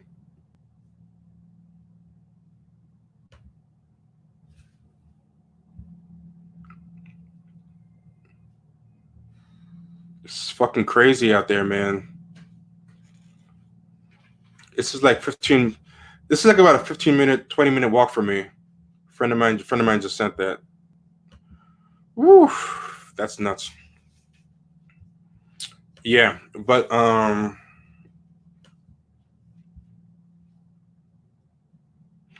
yeah, Devontae Hart, yeah, that's some crazy stuff. But yeah, so one of the people that Darren Seals put on blast was named Brittany Farrell, right? She's one of those people that was one of the protest crashers. She was one of the people that was a protest crasher that Darren Seals put on blast. And when he put her on blast, she got really upset, and she started doing this. So I'm just gonna show you something real quick.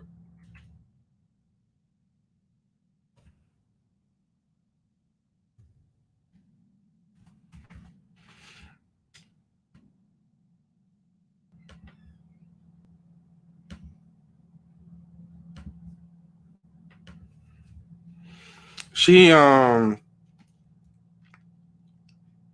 said this. He stopped putting her and D-Ray and everything all on blast. And this is after they all moved on from Ferguson. She was cashing in. She was part of the people that got money from George Soros. And she did a whole gay marriage. And like one of the things that they all did was in the middle of the protest, they did a gay marriage and started switching the message to gay rights in the middle of the Mike Brown protest. And people were like, why are you doing this now? Why are you doing a gay marriage in Ferguson? And like, this is not any problem with gay people, gay marriage, but part of the problem is that they're always trying to kind of flip the narrative. They were like, before even they were done with this protest, they're already kind of flipping to new narratives and stuff. And, you know, part of the things they wanted to show was they want to make clear that it was a movement of Black femmes and queers. That's what they want to do. So she really got mad at Darren Seals. And she started saying all this stuff. She was like, I cannot wait. Darren Seals is a prime example of why I think black men are the utmost of trash. First off, It's actually utmost, utmost. That's something else. But she says Darren Seals is a prime example of why I think black men are the utmost. So I love that. Instead of utmost, utmost of trash. But that's like grammar and or spelling is the least of the problems in this thing. He is so jealous, and that much jealousy is dangerous. And that's what these people kind of do. Like they project themselves on everybody. Like what matters to them is the clout, the attention, what everyone's getting. So they're always the first thing that come out of their mouth is always to accuse you of being jealous or you being clout chasing. And I feel like the accusation is kind of betrays your mindset. The fact that that's the first thing you guys always say. And at the time he was tweeting all this airing out. This was all the stuff that's coming at him. Everything was like, if you were to hustle harder, you'd be on the cover of all the magazines like DeRay, or where's your magazine covers? Or it seems like someone didn't do good. Like they were judging the power of the job done by the clout. So they were basically saying, we never heard of you, so you must not be a good activist, feel like someone's a hater. And what's funny is a lot of those people now, like I said in the last stream, I remember names. A lot of those people now are among the people who now shout out Darren Seals and call DeRay a fraud. And the type of people who fall for this hustle all over again if it was to happen again. And she threatened violence against him. She said, I cannot wait for the day when we drag his ass in the street. Cannot wait. People are so jealous over visibility and, again, betraying what matters to you, that it is now too dangerous. I am way more terrified of my own people than these racist-ass police. So this person came up on police protest and Black Lives Matter in 2016 is already saying that, she's more scared of black men than she is of the police, straight black men, Oh, she was on that grifter grind before the protest. She was protesting George Soros to pay her more money. She and some other people started a hashtag while they were still in Ferguson for George Soros to pay them more money, and that they weren't paying them enough, right? And she goes, and if I really quit movement work, that'll be wild. She means why. She's mistyping all over the place. I'm not being killed by the hands of a black man. No. So she's saying basically, if she quits movement, that's why she's going to quit, because black men are that scary and one of them's going to kill her. And she's not going to stay doing this work so that one of those pesky black men. So these people only like black men dead because they can use them for clout and then pivot to another hustle later, But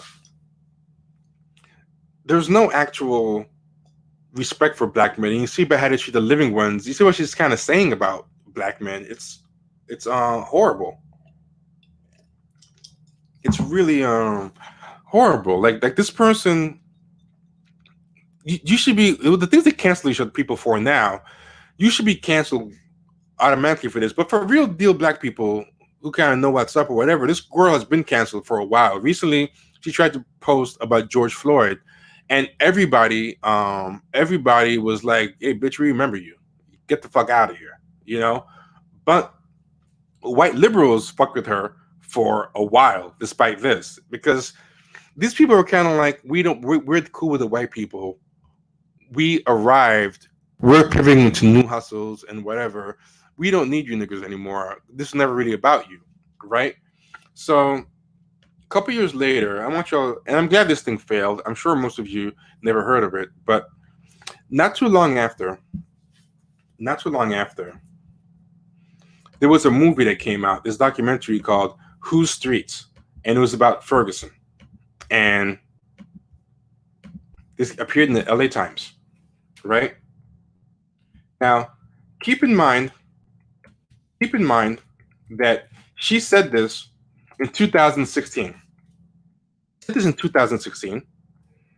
And in August 2017,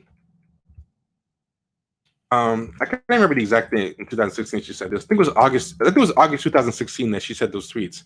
I think she since deleted them. You can't find them anymore, but they keep haunting her. In 2017, this article came out, and peep this trailer, and this is her in the picture.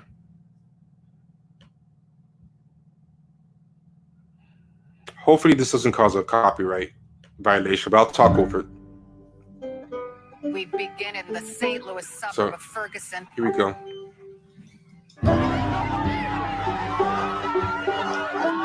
Ferguson police just killed a man in front of my apartment. Here we go. He had That's his her. arms in the air, and they shot him 10 times. That's Mike Brown Sr., who she had never came back for. Talk to.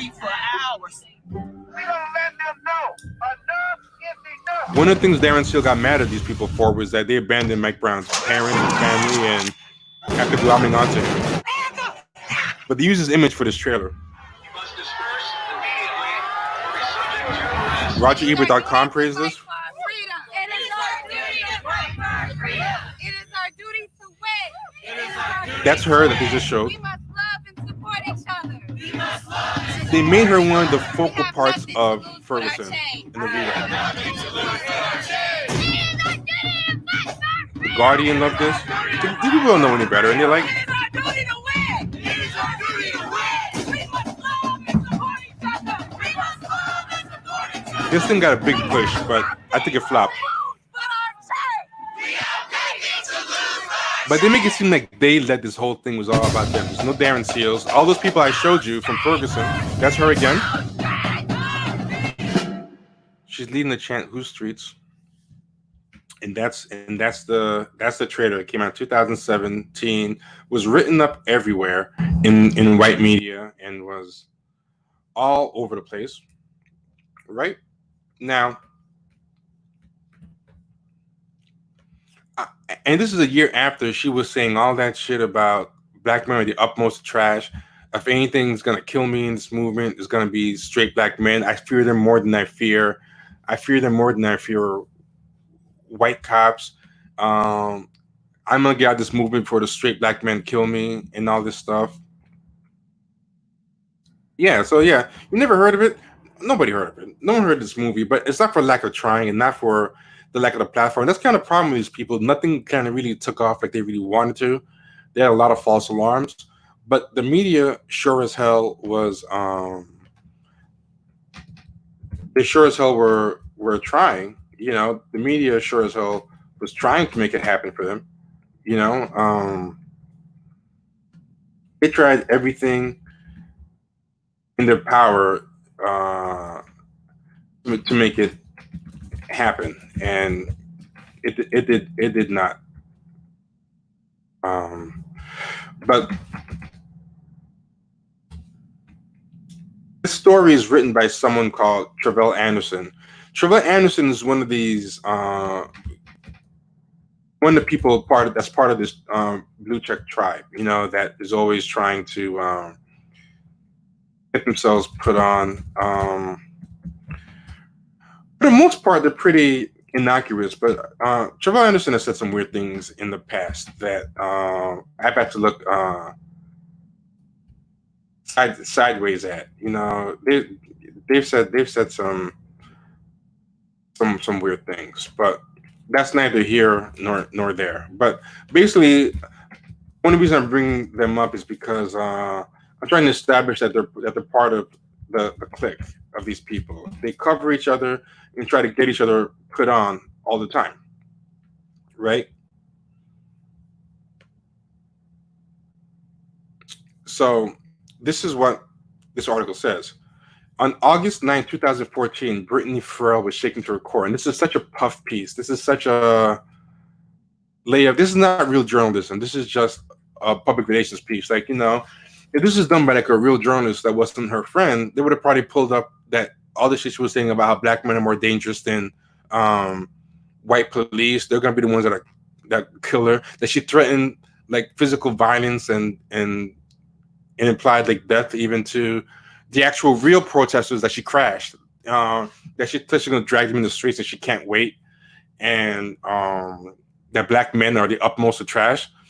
None of that makes into this article, even though it's in the Los Angeles Times, because these are the kind of people that they vet for. They vet these mascots in, and these mascots are just there to all kind of help each other as to each other's grips. It's just one giant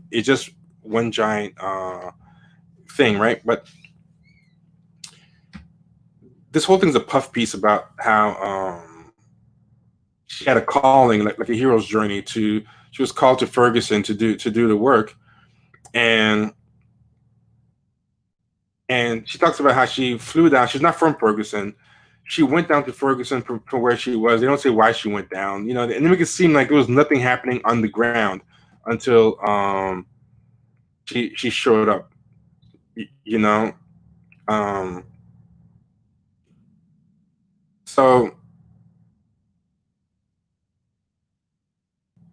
she's from St. Louis, but she's not someone that's from like the area as far as I know. So she went down, and this is what it says. What happened to Pharrell, and she booked a return flight from New York and went home the next day to St. Louis. After landing at 11 p.m., she picked up her 6-year-old daughter from her dad's house and decided the two of them would head to Ferguson the next morning. So this is to make clear. She's from St. Louis, but she's not from Ferguson. She drove down to Ferguson for the protest. What happened to Pharrell and to Ferguson in the following almost 3 years is the subject of a new documentary, Whose Streets, in theaters August 11th. It was actually in the theaters. It's a tale of survival and protest, love and loss, strength and resilience from the vantage point of the people who live in the community and pack the streets demanding answers, even though it doesn't really talk to the people in the community. As Pharrell drove to Ferguson with her daughter, they revisited the conversation, blah, blah, blah. It's a lot of puff piece, but this is the part that I want to go to. They don't mention Darren Seals. They don't mention any of the real local people. They just mention her. Like, she basically gathered up the locals, you know. These are the pictures that, you know, they have there. No pictures of like the people that we were talking about, right? But here's what she ends up saying. Now, Travell Anderson is queer themselves. I don't really understand what their gender is. I think might be a trans man. I'm not 100% sure what Travell Anderson is. I don't want to misgender. That's why I keep saying they. But this is the part that is the key part. Moreover, Pharrell's story reiterates and recenters the role of Black queer women in the broader Black Lives Matter movements. Two of the movement's 3 founders who coined Black Lives Matter on social media in the aftermath of the 2012 killing of Black teen Trayvon Martin, which is not true. Actually, a straight Black man coined that first.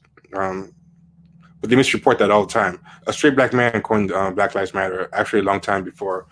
And people remind me, I'll show you the proof of that at some other time. I don't have it handy now, but I did the homework and I looked it up, and a straight Black male academic actually coined it first. Identify as queer. But that's the thing is, people, they always want to steal credit for whatever they can. Is it Black queer, this is Brittany Pharrell talking, Black queer women in leadership has sustained the movement overall, said Pharrell. And that's because we're constantly at battle on multiple fronts. Black queer women have to bear the brunt of it all. And then Fullion, someone else, agreed, noting that the movement is really upheld by Black women and a lot of Black queer women. She insists, however, that this is not some affirmative action type of thing where Pharrell was chosen at the film's heart because of her identities. She was the person who was galvanizing this energy, she said. It's not a coincidence that she was on the front lines, because living life at those intersections as a Black queer woman, you have so much on the line. You can feel her energy through the screen. So the director made her the face of it, and the director saying, yeah, you know, Black women, especially Black queer women, did this whole thing. Pharrell is saying, like, yeah, you know, Black queer women have sustained the whole movement overall. We're at the front of it. We're bearing the brunt of it all. So that's really kind of gross, right? I've shown you the names. I've shown you the pictures. I've played in the past other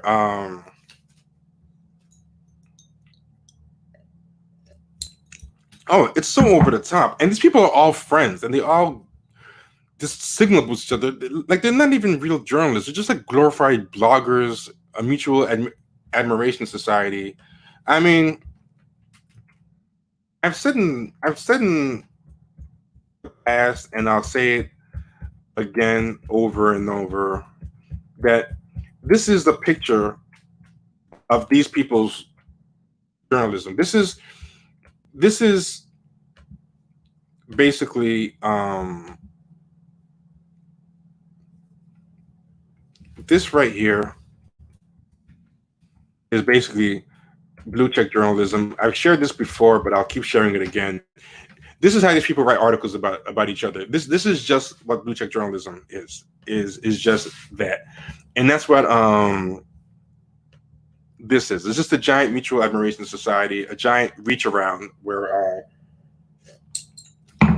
and because the white people who hire these people, they don't really care about these people. They just are fitting like a quota and just want some black stories. They just looking to put anything. They don't like the kind of fact checking, even the amount of simple proofreading in these articles sometimes is like atrocious. It's like it kind of shows the racism or the lowered standard that they have for the black people they hire just in the dribble that they let them print. You're able to just print just giant puff pieces for your friends without even any pretense. And because these people don't really care, they're just looking for black mascots. You can put whatever you want. They just want to show that they're open-minded.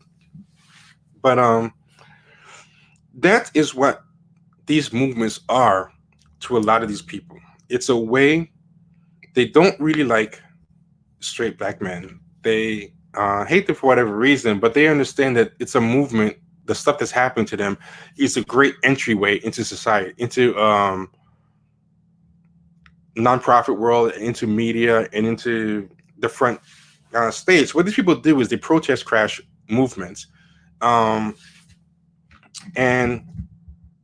they like Black Lives Matter is really a queer organization. It's not really a black one. It's and I'm not saying that, you know, I'm not making it up. It's in their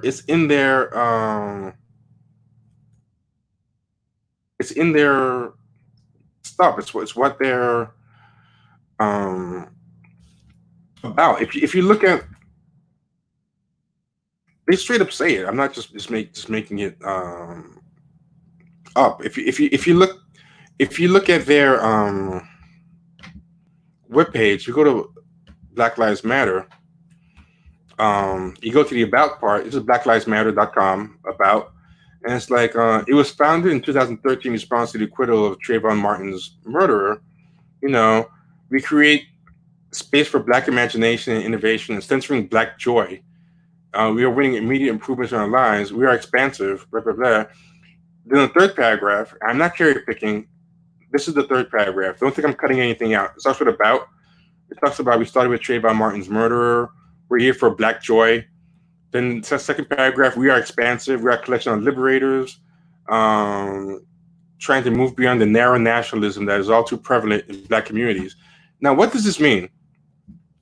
The second thing they say, the second paragraph, what do they say?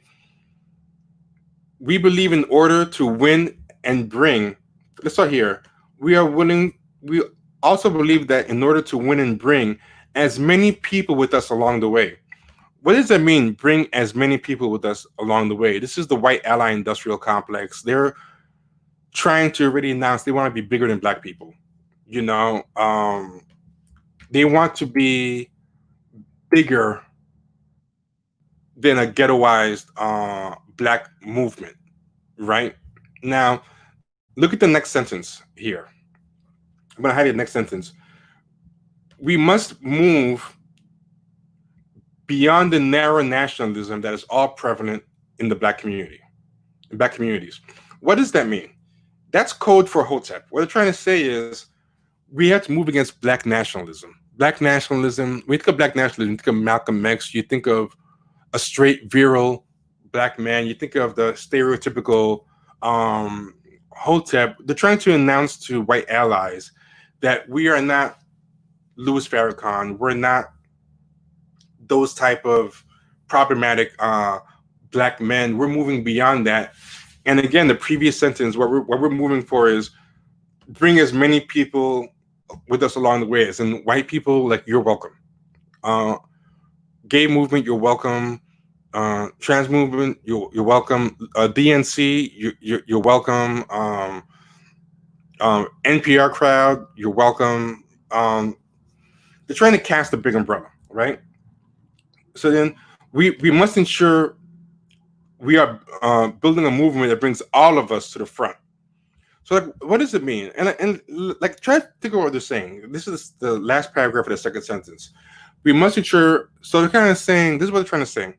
Black men have been over-centered in these movements, which is not true, but that's what they believe, or let's say they were.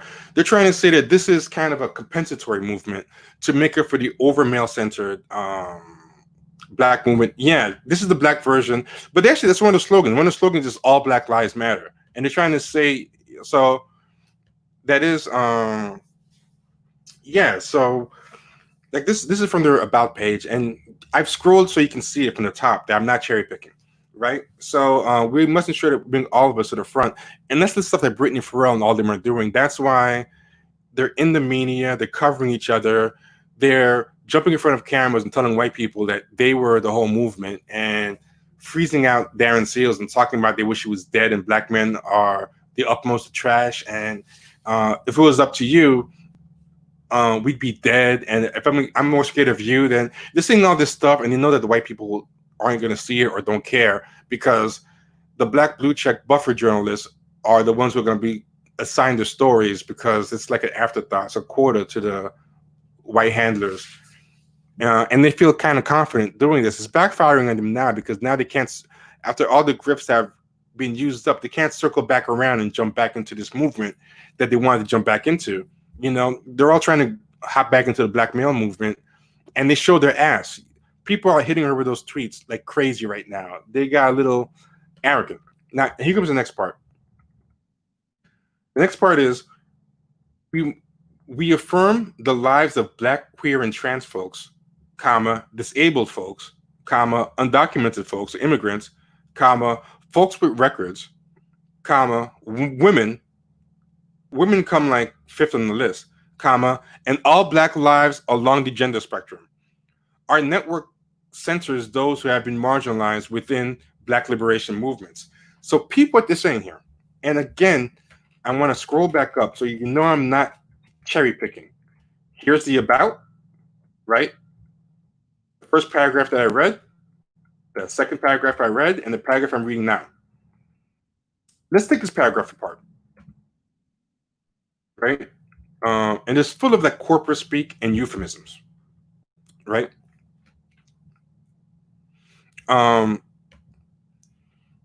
We affirm what this thing is more talking about is black men than the white establishment. This whole corporate mission statement here, the target of it is straight black men. This whole thing is about, this movement is a corrective against those oppressive, tyrannical, straight black men that used to be what a black movement was represented by. Which is not true. Most members, Bill Fletcher said this in multiple shows, a large part of the membership of the Black Panthers was majority women membership. And even if you want to argue that the men may have been a little bit sexist or may have been misogynistic, which is something that's a fair thing to discuss, maybe it's true, maybe it's not. I'm not trying to say that they were perfect. I'm not saying that women have no right to complain or bring up a thing, but what I'm saying is this is in bad faith. Those black women of those movements to this day, you don't really see them harp on that. How often do you see the 60s and 70s Black Panther go on and on about how sexist the men were to them? Like, they complain sometimes that the men could have been a little bit chauvinistic, but they don't make it a constant drumbeat like these people do, you know, claiming that they were centered. Like, we can name as many female Black Panthers. Like, if you name off your head, I think of like Huey Newton, Eldridge Cleaver, Bobby Seale. I was thinking of Elaine Brown, Kathleen Cleaver, and some other ones. So I thought of 4 and 2. I'm thinking, Asada Shakur. That's a third one. So like off my head, I could think of 4 men and 3 women. There's a fourth woman whose name Angela Davis. That's another one. So it's like I could think of as many black women as I can, prominent black men in the Black Panther movement, and I didn't have to cheat or bring up any obscure black women to kind of level the playing field, I think most of who I brought up, y'all know, you know. Yeah, so yeah, this narrative is very loaded, but the whole thing, if you take into the thing, this is for white people to read, not for black people to read. And it's for white people to read and black people who hate straight black men, right? And so peep this. We affirm the lives. So let's say we're going to move beyond the narrow nationalism that's all too prevalent in black communities. This thing is more bad mouthing black people than the white government. Like let's go back to the top. The only thing they mention here is Trayvon Martin's murderer, you know, and they give a very generic. We're going to eradicate white supremacy and build local power. That's the last thing to say about white people. The white people and the government is only mentioned in the first two sentences, and it's very generic. Eradicate white supremacy and build local power.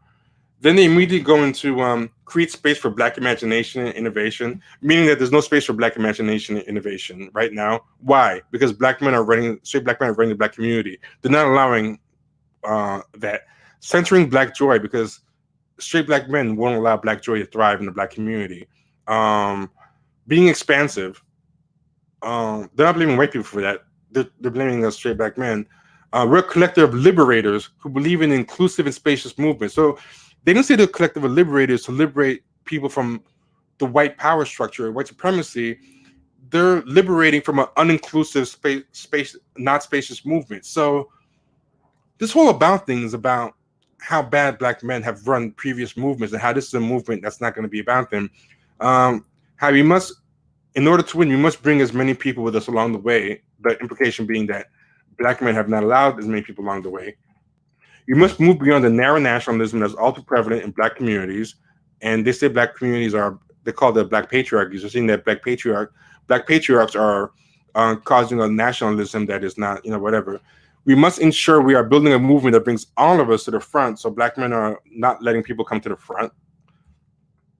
And in the next paragraph, we affirm the lives of black and queer trans folks, right? Like I said before, disabled folks, undocumented folks, and folks with records, which is a weird euphemism, because the reason they say that, a vast majority of the black people in prison are men. Black women are disproportionately represented in prison versus other women, but compared to men, black men, there's still a fraction of the people in prison. Black men are by far disproportionately the ones in prison. So, but they can't say men in prison because that's going to censor straight black men too much. So they say folks with records. It's a weird euphemism, but they do it to avoid saying black men. Women and all black lives along the gender spectrum. So they're all lives mattering black men in this. And by saying we affirm the lives of these folks and leaving black men out, they're kind of saying black men's lives are already affirmed within the black community. So they're basically saying that this is really a movement to revenge other black people or avenge or compensate other black people for their mistreatment at the hands of straight black men. And this is the last thing. And someone said that this is the All Lives Matter statement. And right here, the call for Black lives to matter is a rallying cry for all black lives striving for liberation. So they're all lives mattering black people, right? So yeah, that's what they're saying. They're all lives mattering black people. They're all lives mattering black men. Now, I mean, you see it in their own words. Does it seem like I'm reaching? Because, on Twitter sometimes the context doesn't really show and people think I'm reaching. But I mean, you guys can see what I'm talking about. I'm not making this stuff up. It is what it is. And they changed some stuff on here. They used to have some other kind of crazy stuff on here, but they've updated it, so I don't know what's on here now. That stuff has been there from the beginning, what I just read, that about page, but they've updated it with COVID-19 type of stuff. But they used to have a whole bunch of stuff on here that was all about let me see. Oh, here's something. what we believe.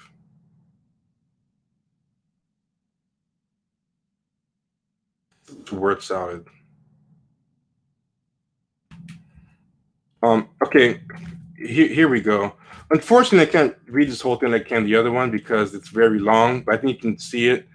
It just talks about like the history of the organization, that every Black person will have the power to thrive. There's a call to action. It was started by Trayvon Martin. This is under the What We Believe section. These are the results of our collective efforts. Unfortunately, I can't go to. Like, you have to trust me that I'm not cherry picking this, but you can go to What We Believe section yourself on the Black Lives Matter page and check, right? But she goes, we see ourselves. We are unapologetically Black in our positioning, and affirming that Black Lives Matter. We need not qualify our position. To love and desire freedom and justice for ourselves is a prerequisite for wanting the same for others. So this is basically a long-winded way of saying just because we're pro-Black, we're not anti-white. So that's like a convoluted way of trying to say white people don't be scared of us. Our pro-Blackness doesn't mean we're anti-you. And this is all the thing about courting white people getting put on. We see ourselves as part of the global Black family, and we are aware of different ways we are impacted or privileged as Black people who exist in different parts of the world, which is ridiculous about Black privilege.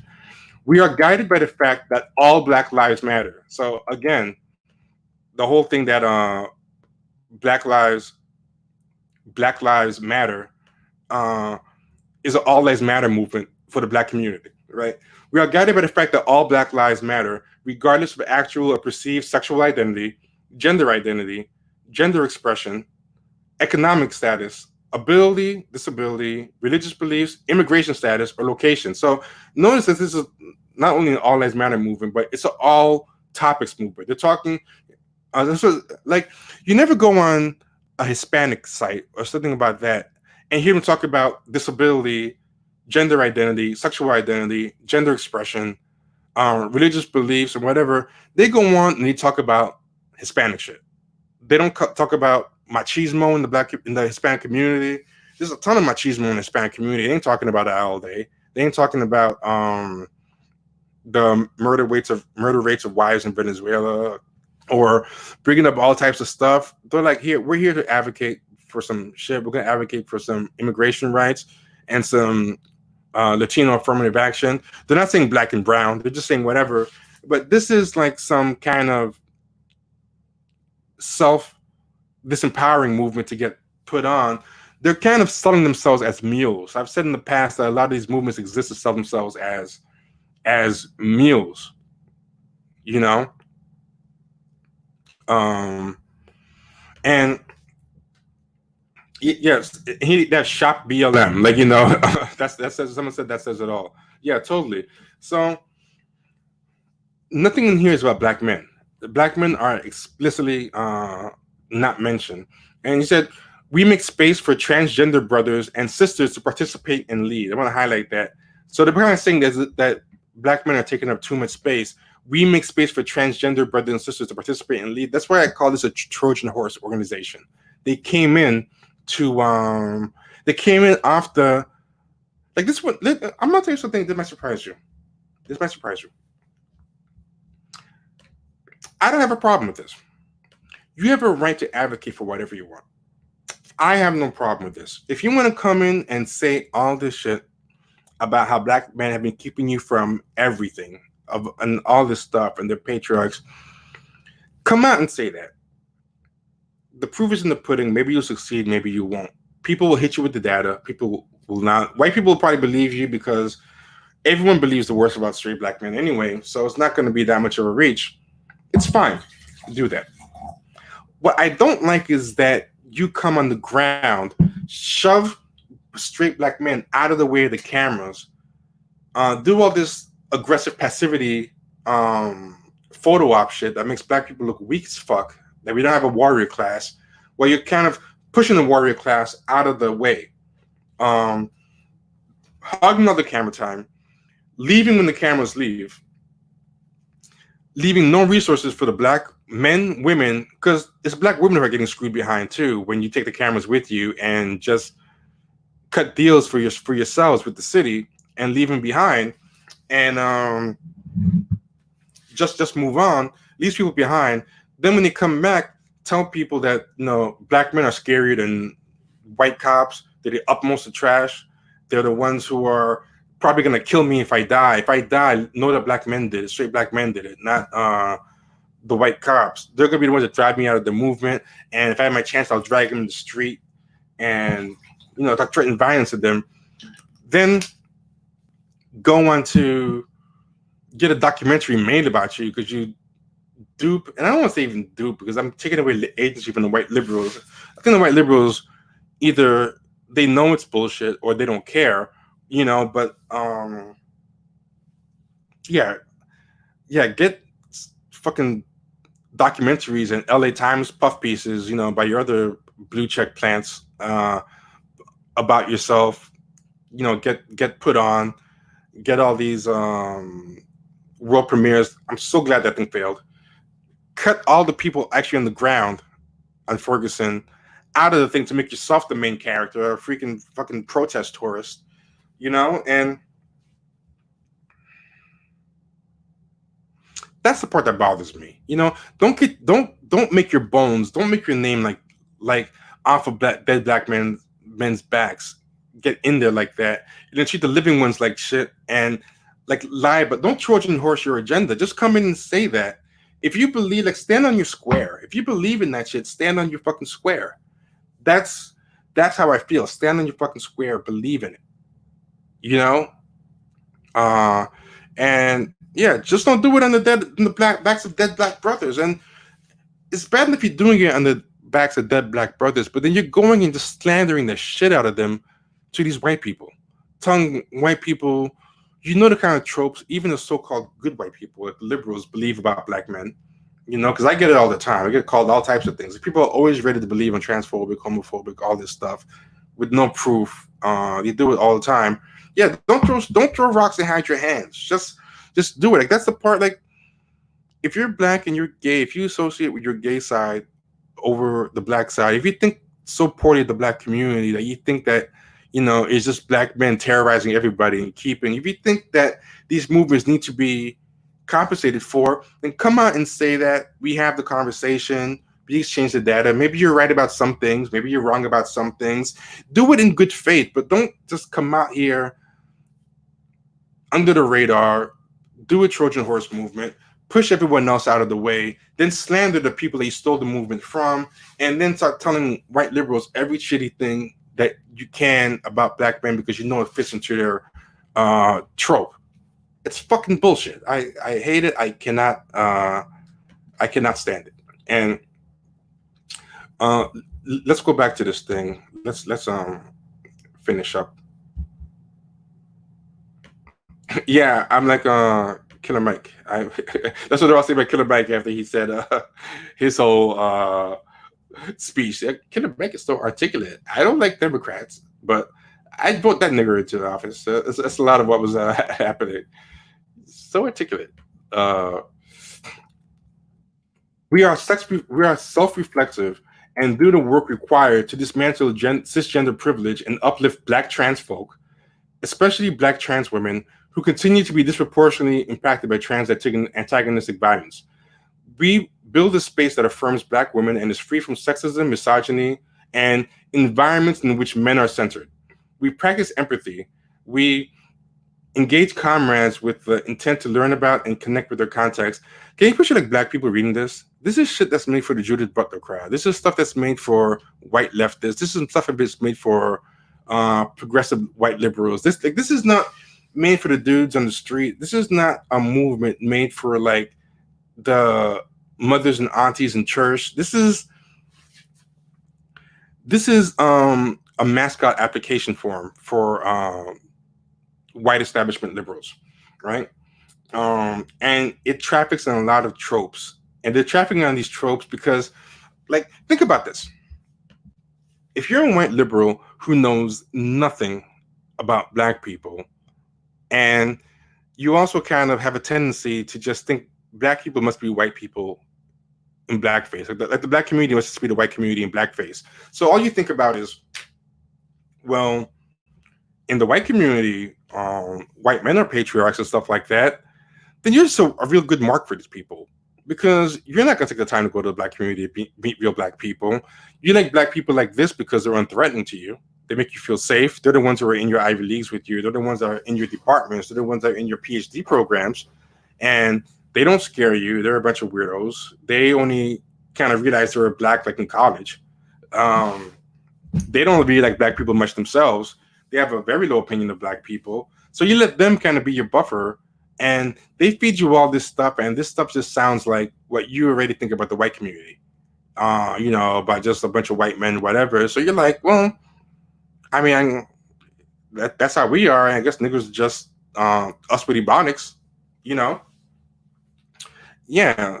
So that's what it is. They can speak the jargon. These people, they don't come from a real black intellectual tradition. They come from a white intellectual tradition with a black face. And the black people that they promote are other white people who speak the language of white critical, what is it called? Critical something. I forget what that Foucault. It's like black people who read a lot of Michel Foucault. That's where they come from. It's not black people who read Bobby Wright or who read Sheikh Diop or read Chancellor Williams or read people like that. It's black people who read Michel Foucault and Judith Butler and just try to transpose it to black critical theory, not critical race theory, but critical race theory is in there too, but just critical theory in general, but yeah. So we build spaces that affirm black women and is free from sexism, misogyny, and environments in which men are centered. We practice empathy. We make our spaces family friendly and enable parents to fully participate with their children. We dismantle the patriarchal practice that requires mothers to work double shifts so that they can mother in private, even as they participate in public justice work. We're saying that this dismantling patriarchal practices, right? We disrupt the Western prescribed nuclear family structure requirement by supporting each other as extended families and quote unquote villages that collectively care for one another, especially our children, to the degree that mothers, parents, and children are comfortable. So that's interesting. They said mothers and parents. Why not say mothers, fathers, and children? Notice that they took pains to avoid mentioning a man. So they said mothers, parents, and children. Think about that for a second. Like, this thing does the most tortured linguistic gymnastics to avoid saying anything nice or affirming or celebratory about black men, particularly straight black men. So they're trying to trying to dismantle the patriarchal practices, right? And disrupt Western prescribed nuclear family structure. And the reason they say Western prescribed, because they want to make it sound like doing something pro-black, but these types of anti-nuclear family things actually come from the white academy. What they want to do is try to hide that what they're trying to do is be white critical theory and progressiveness and blackface. They're trying to make it seem like they're being anti-Western and try to imply that this is like a back to Africa thing, that this is how Africa was. But that's not what they're doing. This is white anti-establishment progressivism in blackface, which, no matter how you feel about the black community is very conservative. Like, basically, the black community are people who vote Democrat but live pretty conservative. They're, for the most part, a lot of church-going folk. That's why I'm saying a lot of this is not really to connect with regular black people. These 2 pages will scare your regular black folk away very quickly. It's meant to attract other black people with antipathy for the black community like them, and to attract the white people that they want to be around. And the white people can give them work and jobs and grant money and media gigs. The next paragraph, we foster a queer affirming network. When we gather, we do so with the intention of freeing ourselves from the tight grip of heteronormative thinking, or rather the belief that all in the world are heterosexual, unless she/he disclose otherwise. We cultivate an intergenerational and communal network free from ageism. So not even bringing the fucking ageism to this thing. Like picture going to a Latino rights thing. I'm just saying, go Google Hispanic rights thing, and it is not as all over the place as this fucking all Black Lives Matter thing. Black and brown, queer affirming, immigrant, ageism, ableist. Like, what kind of black movement is this? This is like the most self-diluting, self-neutering thing. They fucking reach ageism before they mention anything about black men. Like, for a movement that got its start on the backs of dead black men, like, they have nothing in their program for the living black men, right? So yeah, I mean, for people who think I'm cherry picking this stuff, I'll put right here. I couldn't read the whole thing because that one was longer, but that right there is the banner. Go here if you want to see it for yourself. You can go. Yeah. So I mean, am I spitting? Am I making sense? You know, because as a black man, there's a big assumption that I'm going to be homophobic or misogynistic. So I have to have my receipts super, super tight because I don't have the luxury of not having it tight, you know. But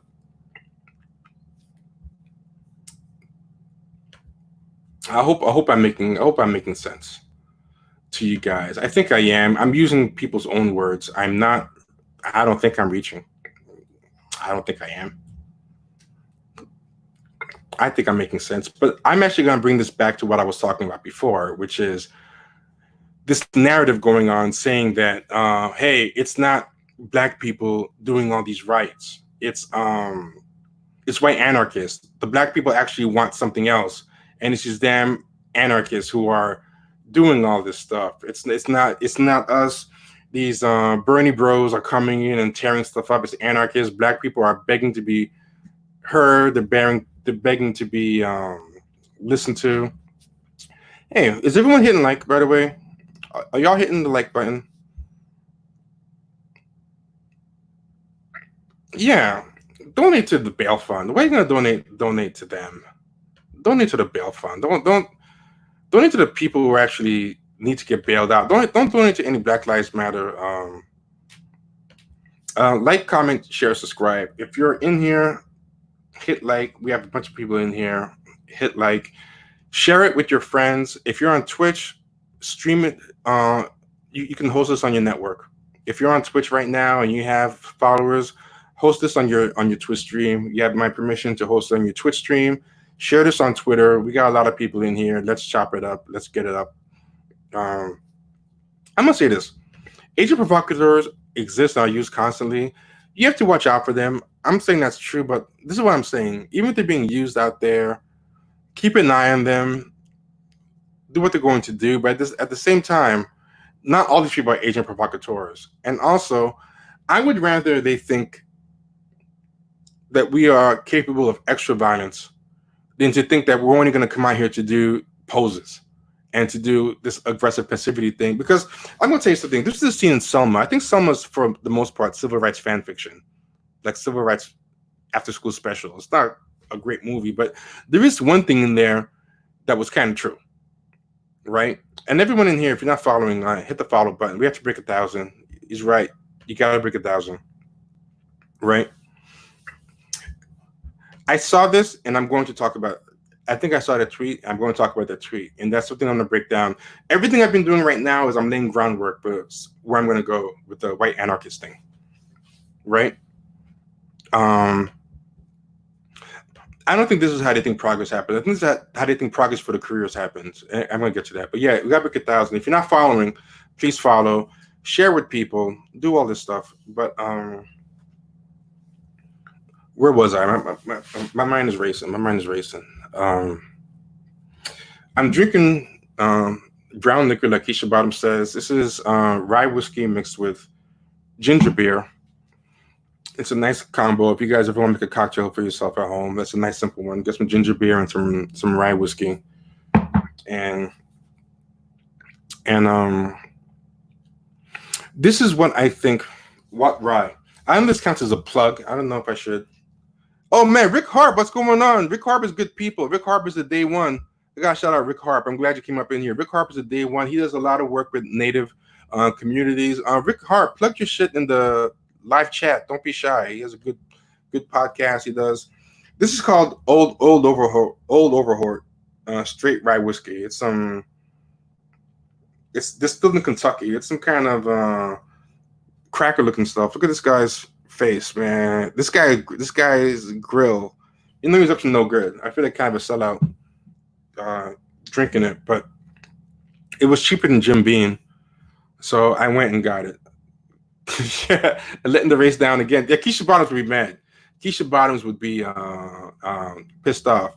But I'm glad Rick Harp is in here. Yeah, so fucking James Madison whiskey. Yeah, all of y'all host this thing on your Twitch streams. Share it on your Facebooks, on your Twitter, and like in the comments. We're going to, yeah. He definitely had slaves brew the first batch for sure of that. But this is what I think is behind a lot of it, and I'm gonna show you some stuff, right? A lot of black blue checks like weirdly invested in making sure that black people don't get labeled as doing any of the violence going on these protests, and to make it seem like all they're doing is some civil rights chants and singing some spirituals and pleading their humanity, and doing those type of pictures I showed before at the top of the show, like kneeling and laying on their backs and putting their children out there with signs, real cuck stuff, right? And I was thinking, is there fear that like cops are gonna rain down hell on black protesters and they're gonna get like most of the blame for it, But then I was thinking, like, cops aren't stupid. I went to the protest on Friday, and I saw all the white people that were there. I saw the white people were like agitating first. They were being human shields. I saw like the white people on top of the car stomping on it and hitting it with the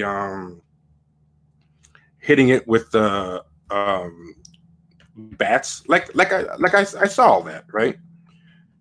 So they can see it too. They're not stupid. They know who's doing most of the rioting and looting when it's being done. They have plenty of informants. They have people in the audience. There are people in that crowd who were taking pictures of everything that just screamed cop. There were agents up in there. They know. So this idea that, this misinformation getting out there and cops are going to blame black people for things they didn't do, I don't think is true. A lot of times cops know what's happening on the ground of movements better than the people in the movements do. They infiltrate so well. And like Bill Fletcher Jr. was talking to us about how there were whole Black Panthers chapters set up by cops and FBI agents where the actual central headquarters didn't even know that there was a chapter here.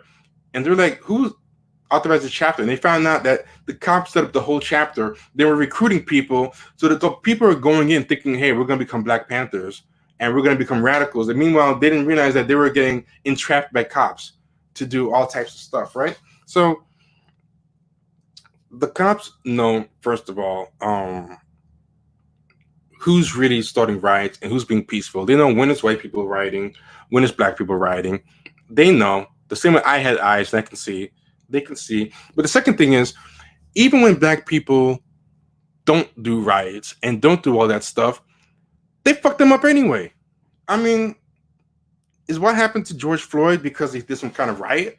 Like, how much worse can they really be? They basically make our lives a police state anyway. Like, how much more can they do? How much more can there be? It's a bunch of bullshit. So I'm not believing that. I don't think that they're doing that they're selling this narrative because they're trying to protect black people, because it can't get any worse for us. They do. Black people have been protesting peacefully as a motherfucker. Been just doing hands up, don't shoot, laying on their backs and doing die-ins, laying on their backs with their fists up. Now they're kneeling in front of the cops, doing superhero poses. Come the fuck on. Like, I don't think that's it. So scratch that off of it. I don't think it's to protect black people from retribution, right? Because they've already been getting retribution on black protesters even without the riots. Ferguson, they killed six people on the ground, like the real protesters. It's very telling that all the hijackers, all the people that were in that Who Streets documentary are finding well and not killed at all. And have gone on to bigger and better things until the grift ran out, and now they've gone on to nothing. And they can't even get back into the original Black Men Death hustle because they've shown their ass too much. You want something interesting? This was really funny.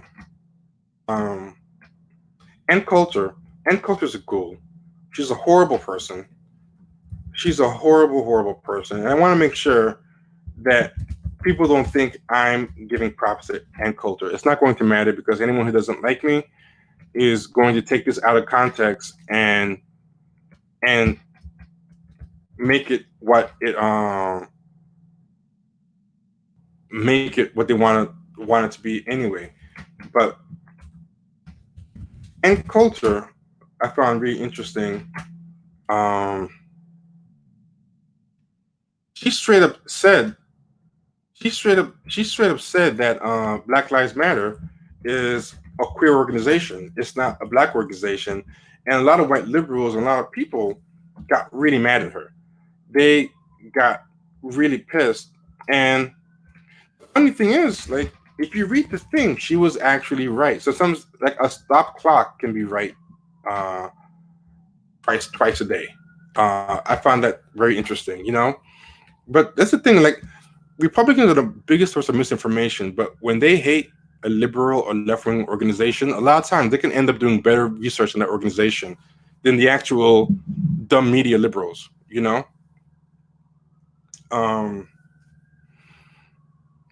Yeah, so I found that funny. Like, she was right, but for the wrong reasons. Like, she was doing the research that the white people in media wouldn't. But okay, I think what happened is a lot of these black blue check types, with the investment and respectability politics, I think this is the real fear and why they're trying to really destroy the narrative of black violence, black riots, is they have an investment in the old style of protest and respectability politics because they need to cash in on and grift off of that. And the idea of black people throwing Molotov cocktails, looting, tearing shit up alongside white people, and being violent, that doesn't appeal to white liberal pay pigs. Like, they don't really have allies. Like, they're allies. Ally is a euphemism for pay pig. What these people have is pay pigs. They have media pay pigs. They have nonprofit pay pigs. And what they do with the pay pigs, financially dominate people. There's all different types of pay pigs, but like their type of hustle, their thing. Because if you notice, these people are always very focused on sex all the time, and a lot of times they'll always reveal a fixation on sex with white people. They're always talking about. That's why Jeremy O. Harris did Slave Play, and all these people rush to Slave Play. That's a very big fixation with them because their activism is sexually charged. Their activism is a form of BDSM with white people, right? What I mean by that is the white people, the white pay pigs, are the client, and the white people are paying them to degrade and humiliate them on their terms, you know, and helping with a self-flagellation, you know, tell me I'm a worm, tell me to check my privilege, tell me that I'm bad in all the ways I authorize you to tell me that I'm bad. Don't tell me I'm bad in the way I don't like, because if I do, I'm going to turn on you. The same way all those people in the other day turned on Joy Reid when she had Charlamagne on, was talking about a black agenda, and we're not going to vote for Biden. They all like flip. Like a lot of people think a dominatrix is in charge of the dynamic between herself and the client, but it's not. Most subs who pay for a dominatrix are usually rich, powerful people. For example, an example, I know it's fiction, but it's a realistic example because I've actually known real dominatrixes. Oh, there's isoundinfo? There's glitches in the stream. Is anyone else seeing glitches in the stream? Yes, take the latest isoundinfo. Be good isoundinfo. Yeah. Let me mod up some other people. If anybody wants to be okay. Did you guys miss a lot? How long did it glitch? Okay. These people kind of have like their white allies are really like pay pigs. That's really what it is, and they have a BDSM relationship with their people. And with BDSM people think that the dominatrix is the one in charge of the relationship, but it's not. That's a popular misconception. What it actually is the sub is usually a very powerful person. The show Billions has an example of this. This guy is a high-powered U.S. attorney. I think he ends up becoming attorney general, and these are people who are so used to being in power. They're such control freaks that they're so obsessed with control, usually, and domination and achievement, that they can't even feel vulnerable. They have to feel vulnerable under their own terms. They have to control how they feel vulnerable, right? And they have to control it under their own terms. So there's a paradox where even their subjugation has to be under their terms. That's what control freaks and power freaks that they can't understand, that they can't give up, right? So what they do is they pay somebody who is their client. They pay somebody who is their client, and they're the client. They pay someone to dominate them under their own terms. Like, these are the things I have to be dominated by. This is what I like to feel. And if you don't do a good job, they will fire you. Like, for example, the guy's dominatrix in Billions gets her files stolen, and it's threatened to his career because it might become blackmail that he used a dominatrix. And when that happens, he goes and visits her, and the illusion is broken.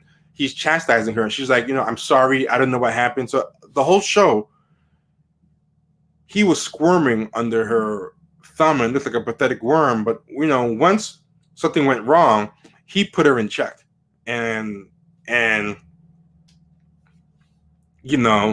illusion was lifted for a while. That's what these people are like with their social justice pay pigs. Like, these people have the white guilt. They don't want to be made uncomfortable in the racial justice thing. They want people who are going to be their BDSMs, flagellate them for them, but within a narrow, prescribed, narrowly allowed range of things, right? So I think someone's talking about the master-slave dialectic, right? Is that what you're talking about, Terry Hines Jr.? I forget who did that. Is that Hegel that did that? Is that what you're talking about, Hegel's master-slave? But so these people exist for that. These blue checks, they exist for their pay pigs. Part of what the pay pigs pay for is not this. They don't pay for black people rioting. They don't pay for black people ruining property.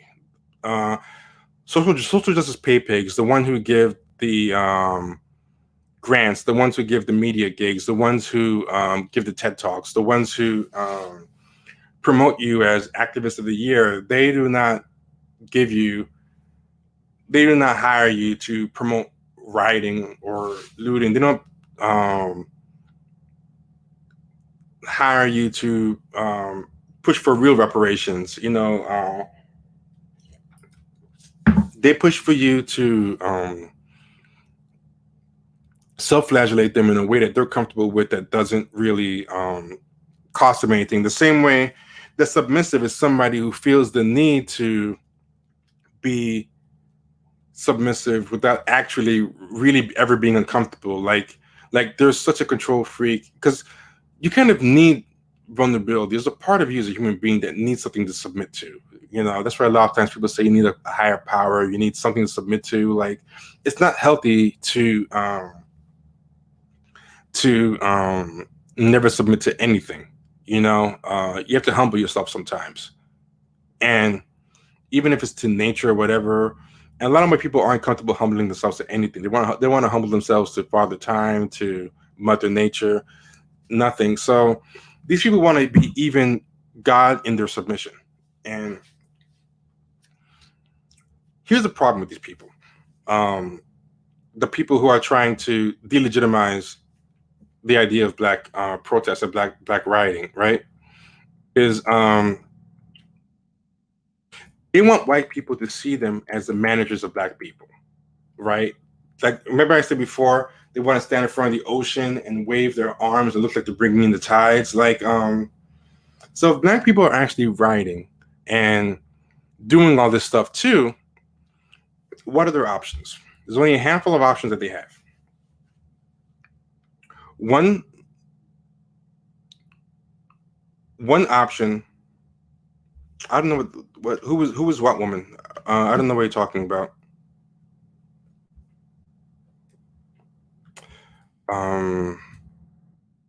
Okay, that's what I'll make sure. I'll make sure you guys aren't talking about a troll.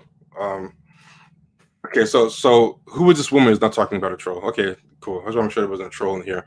One of a couple things is going to happen here. I want you to think about this. Either if I want to act like I'm controlling the waves, if that's what I'm trying to do that hustle, then I got to say, okay, these black people are rioting because I told them to riot. I'm controlling the waves. I'm making them riot. They don't want any part of that narrative, because that's not what the pay pigs pay for. Now you're not going to get paid. You're not going to be one of the chosen ones. They want you to do like what that guy did, which is, you know, that T Merritt guy, whatever it is, like do the jog thing, and they want you to be like that boy who was singing in the last stream. They want you to be a sheepdog. Someone said like about sheepdogs. They want you to be like, you know, the black guy who was like, oh, I love hockey. I have a brother. I'm human just like you. I just want to be treated well. Like, they want that. So that's option one.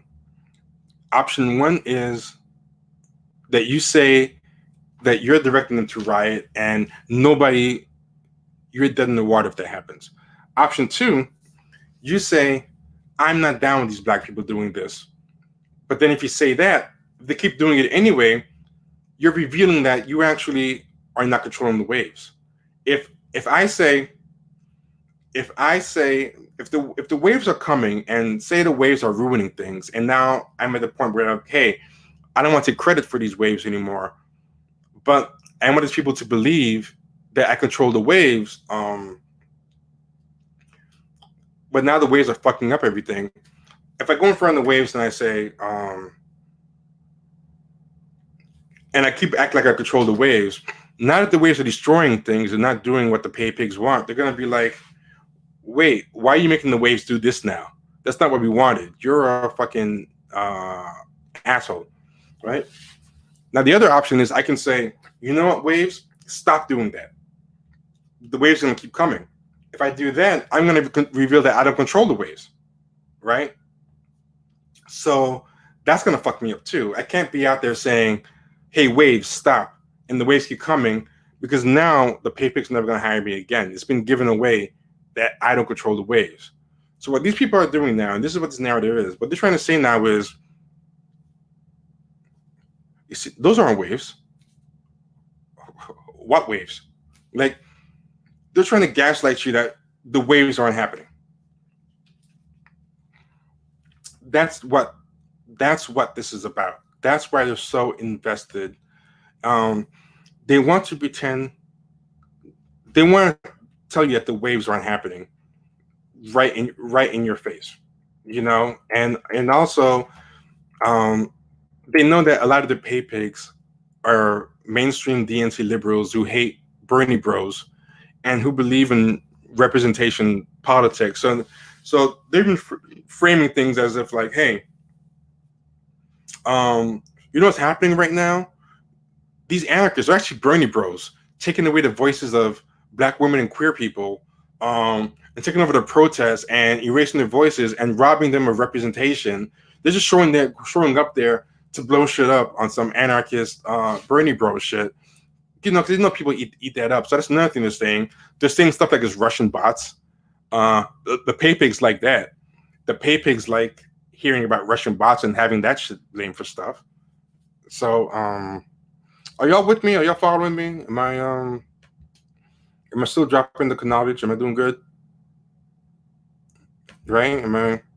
You still with me so far? We got 67 likes. Nice. We got 1 thumbs down. Whatever. You can't win them all. Keep hitting those likes. Okay, cool. Now, that stuff I showed before, you saw Brittany Farrell. She blatantly lied in the LA Times. And once it's in the LA Times, it's a hard bell to unring. And she did it on a big platform. But these people have done it on every single big platform they can. Where they say, Black women and Black femmes Black queers have been at the face of this movement. It's really hard. It's so hard saving the world, but we've been doing it all. These no good niggas have not been doing anything.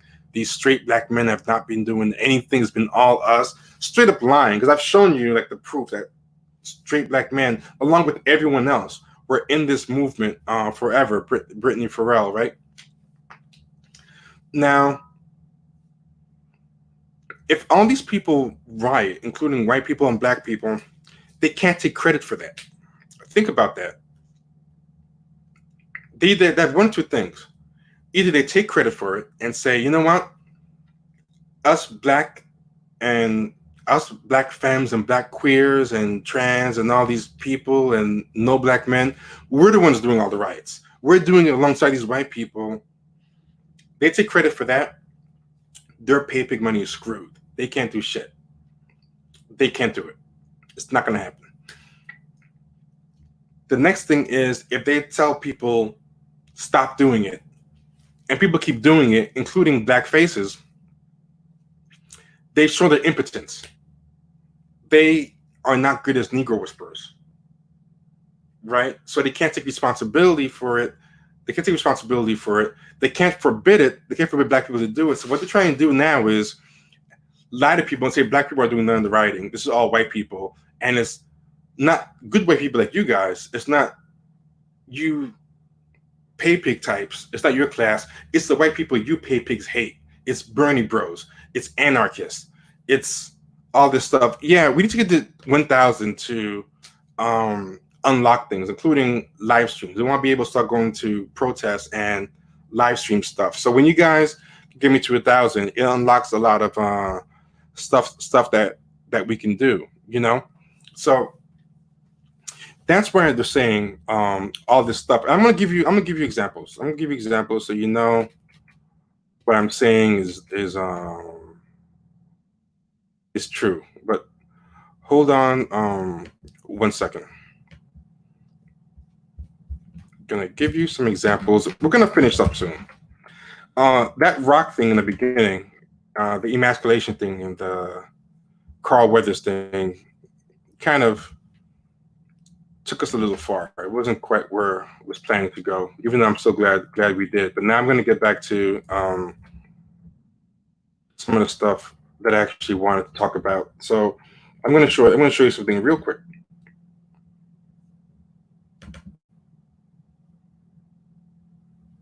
Let me get this up.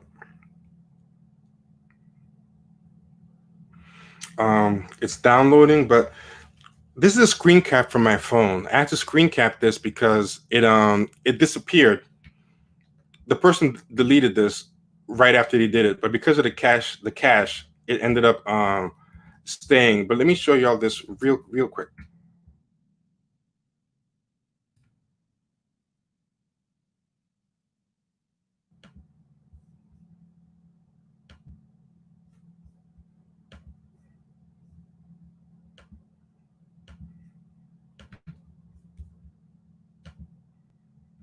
right? So this is a screen grab from my phone, right? Let me know if this actually. Hold on. Let me do this one more time because I don't remember if I put the audio in there. Hold on.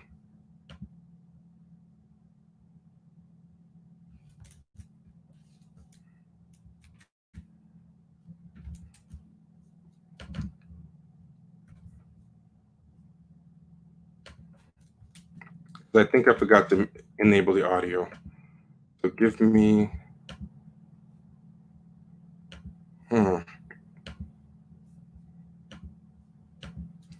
Okay, let me.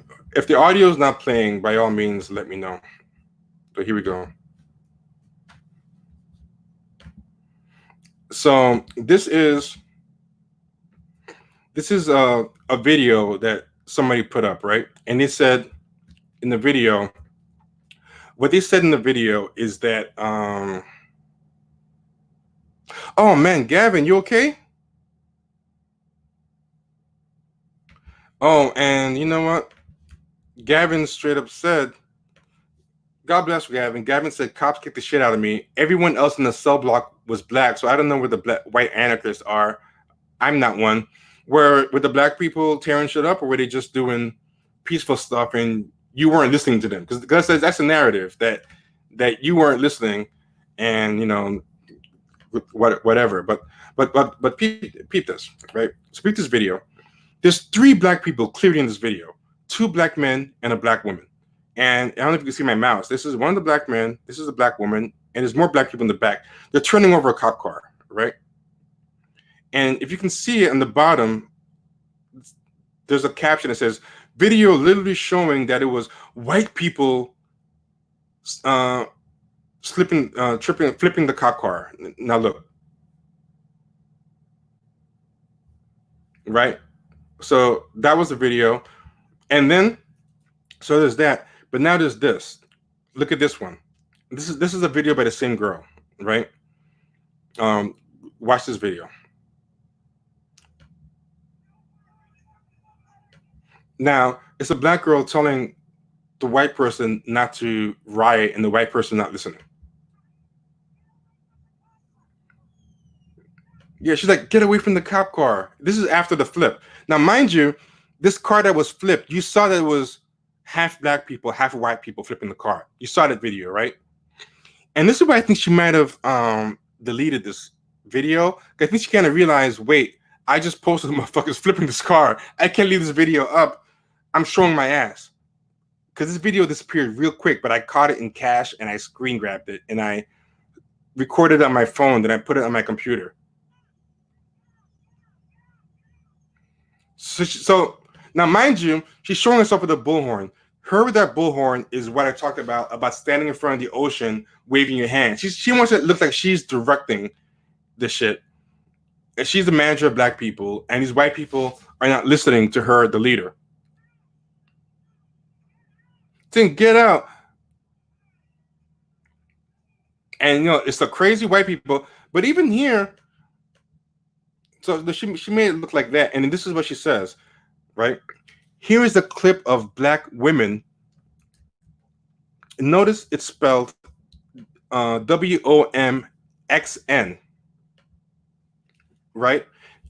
So you can tell that she's one of those people that doesn't like men, because when people spell women with the X, it's because they're trying to divorce women from being alteration of the word men. So they make it WOMXN as a way to take the men out of women, right? So yeah. Yeah, ain't no one listening to her. Yeah, no one's listening to her. She's in front of the ocean waving her hands. Oh, damn, this is someone from back in my blog days, right? Yeah. Thank you. Yeah, I'm actually gonna bring all those articles back at some point. But thanks so much, Craig Bell. Right? So I showed you the video where it's 3 black people and 3 white people flipping that car, and she took this off, I think, because she kind of realized she told on her own ass. And she goes, here's a clip of black women, because of course men don't do anything in these protests.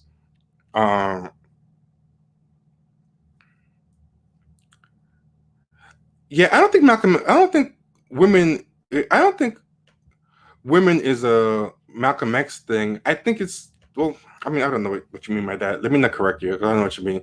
But yeah. But here it's become black women, and you can tell this woman hates men because she put with the X in it, so it doesn't. You know, activists calling for people to step away from the cop car that was flipped by a group of white people, and we just saw that it wasn't white people in Salt Lake City. They ignored her. This was not our doing. We wanted a peaceful protest, but that was stolen from us. And I think that's the thing that someone was asking me about earlier. That's what I'm going to get to. So yeah, you know, black women were leading this as usual. The stupid black men never show up to these things, as you understand. Brittany Farrell has let you know. Black Lives Matter webpage is you know, we're on the front lines as usual, and then these riots happen. But it's not our fault because white people, but not you good white people pay pigs. You know, you pay pigs, you're always great. It's those bad ones that you happen to hate. Here's one more thing you could put against them. It's those Bernie bros, it's those anarchists, they're fucking it up again. You know, pay me, you know? And let me ask you: Am I spitting or am I spitting? I feel like I'm spitting tonight. I'm not trying to toot my own horn, but I feel like I'm spitting tonight. Yeah. And we're almost done. I'm gonna keep going. But you should actually lay like a whole case. Everything is now all over the place outside of the Action Jackson thing before in The Rock. That was a side thing, but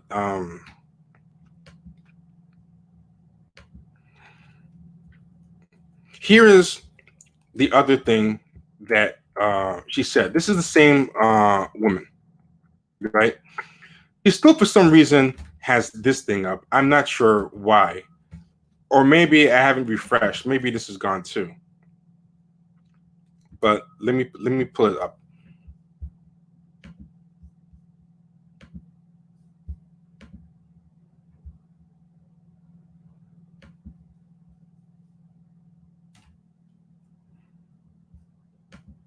The same woman put this thing up before. Video footage of white people flipping over a cop car in SLC, Utah, that later caught on fire. Our protest was peaceful. Black organizers wanted to remain peaceful. White people are responsible. And then she puts this thing up again. And she puts video literally showing that it was white people flipping over the car. And look, this guy is black. This person is black. There's like two black people in the back. It's, you know, she's straight up fucking lying. You know, there's black people up in this thing. And then what I love is people saying, I see a couple of black people in there too. Stop being a lib and acting like anger isn't justified. You know, like there's a bunch of people in the replies straight up pointing out, like, what the fuck are you talking about? And I want to show something. Leslie Lee, friend of the show, check out Struggle Session, straight up said, there's black people literally in this video, and everyone's kind of like this laughing, you know. And someone said, I'm sure Nicole Hannah Jones would say they're politically white, you know. I've never seen such beautiful racial harmony, you know. Someone asked, what is the angle of treating black people like delicate flower children, which is what she's doing. You can't act like these poor black people. And this idea, she's still trying to tell the narrative that she and her crowd organized, but people are sick of your shit. People do not. They saw what you guys did the last time. They saw the Brittany Farrells. They saw how you guys did Darren Seals. You saw in the last video what I put about the protest crashing and that they ran Darren Seals out of town. People are sick of you. You're not organizing these things anymore. The spontaneous things that happen outside of you. Like when I was putting this stuff up, some white liberal came to me and they said, I don't care what you say. Black women organize these things, and if they say they didn't want white people doing this, I said, bitch, shut up. They didn't organize shit. They're just trying to wrest control of the narrative, and they're failing, and you're part of the problem because you don't even go to these protests because you're scared. You want to go to the old style one that you used to feel comfortable at. Get the fuck out of here. And I think that person was the agent anyway. I looked at the webpage, and it was really fucking weird. And this guy, I'm gonna show you someone else. This guy, Free Your Mind Kid. I don't really know what his deal is, but he's said some weird stuff. He put this up. he's been going crazy spreading this narrative. It's not black people. It's not black people. It's not black people. He's going overboard trying to say, black people just want to be heard. They're begging to plead their case in the humanity, but these damn pesky white people, right? So somebody put this guy Savage Boy that he's quoting said, I don't know who the Savage Boy is. I said, beautiful moments during the protest, the media won't show. Why do you want the media to show beautiful moments during your protest? Like, why do you want your protest to be like, I'm glad the media is showing the worst that they can. I want people to think that there's consequences of fucking with black people. Like, why do you want so bad? Yeah, somebody said that dude's a cop. I think he is. There's something really weird about that dude. I don't know what it is. There's something really weird. He's pushing his narrative way too hard. Yeah. I don't even know. But he hashtags Black Joy. Why the fuck do you want your protest to be about Black Joy? What the fuck? And this is the clip. This is the clip. Let me show you the clip. This is what he wants to be the face of the protest.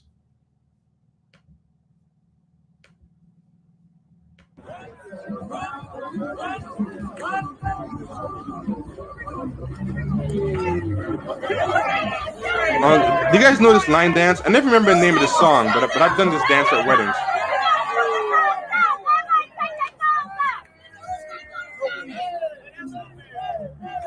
Like a giant Soul Train line. And he hashtags it Black Joy. And then the person he's quoting says, beautiful moments that the media won't show. Now, let me tell you, the reason they like that is because that's the kind of protest that you could bring your white allies to. You could bring your pay pigs to that. That's the kind of thing you could bring Joe Filipovic to. You could bring everyone you want to that, and it's fine, But yeah, Cupid Shuffle. I always forget the name. Like, I know the dance, but I always forget the name of the actual song. And the guy keeps going on. Like, I'm telling y'all, this doesn't feel right. And he keeps showing all these threads and observation about downtown. The protests seem to be very diverse, but what's going on? He's posting all these things to try to let people know that this is all infiltrators, is Russian bots. Oh, this is what's really happening on the streets. This is just a bunch of lies. These are false flags. Listen, even these dudes say something's off. Dudes said they would never just leave bricks lying around the area. He's really pushing hard. Look, he says, hey, look, like he's taking isolated things of only white people, saying, look, do you see any black people? There's no black people here. And he's pushing it really, really hard. He's doing he also sent this. He said,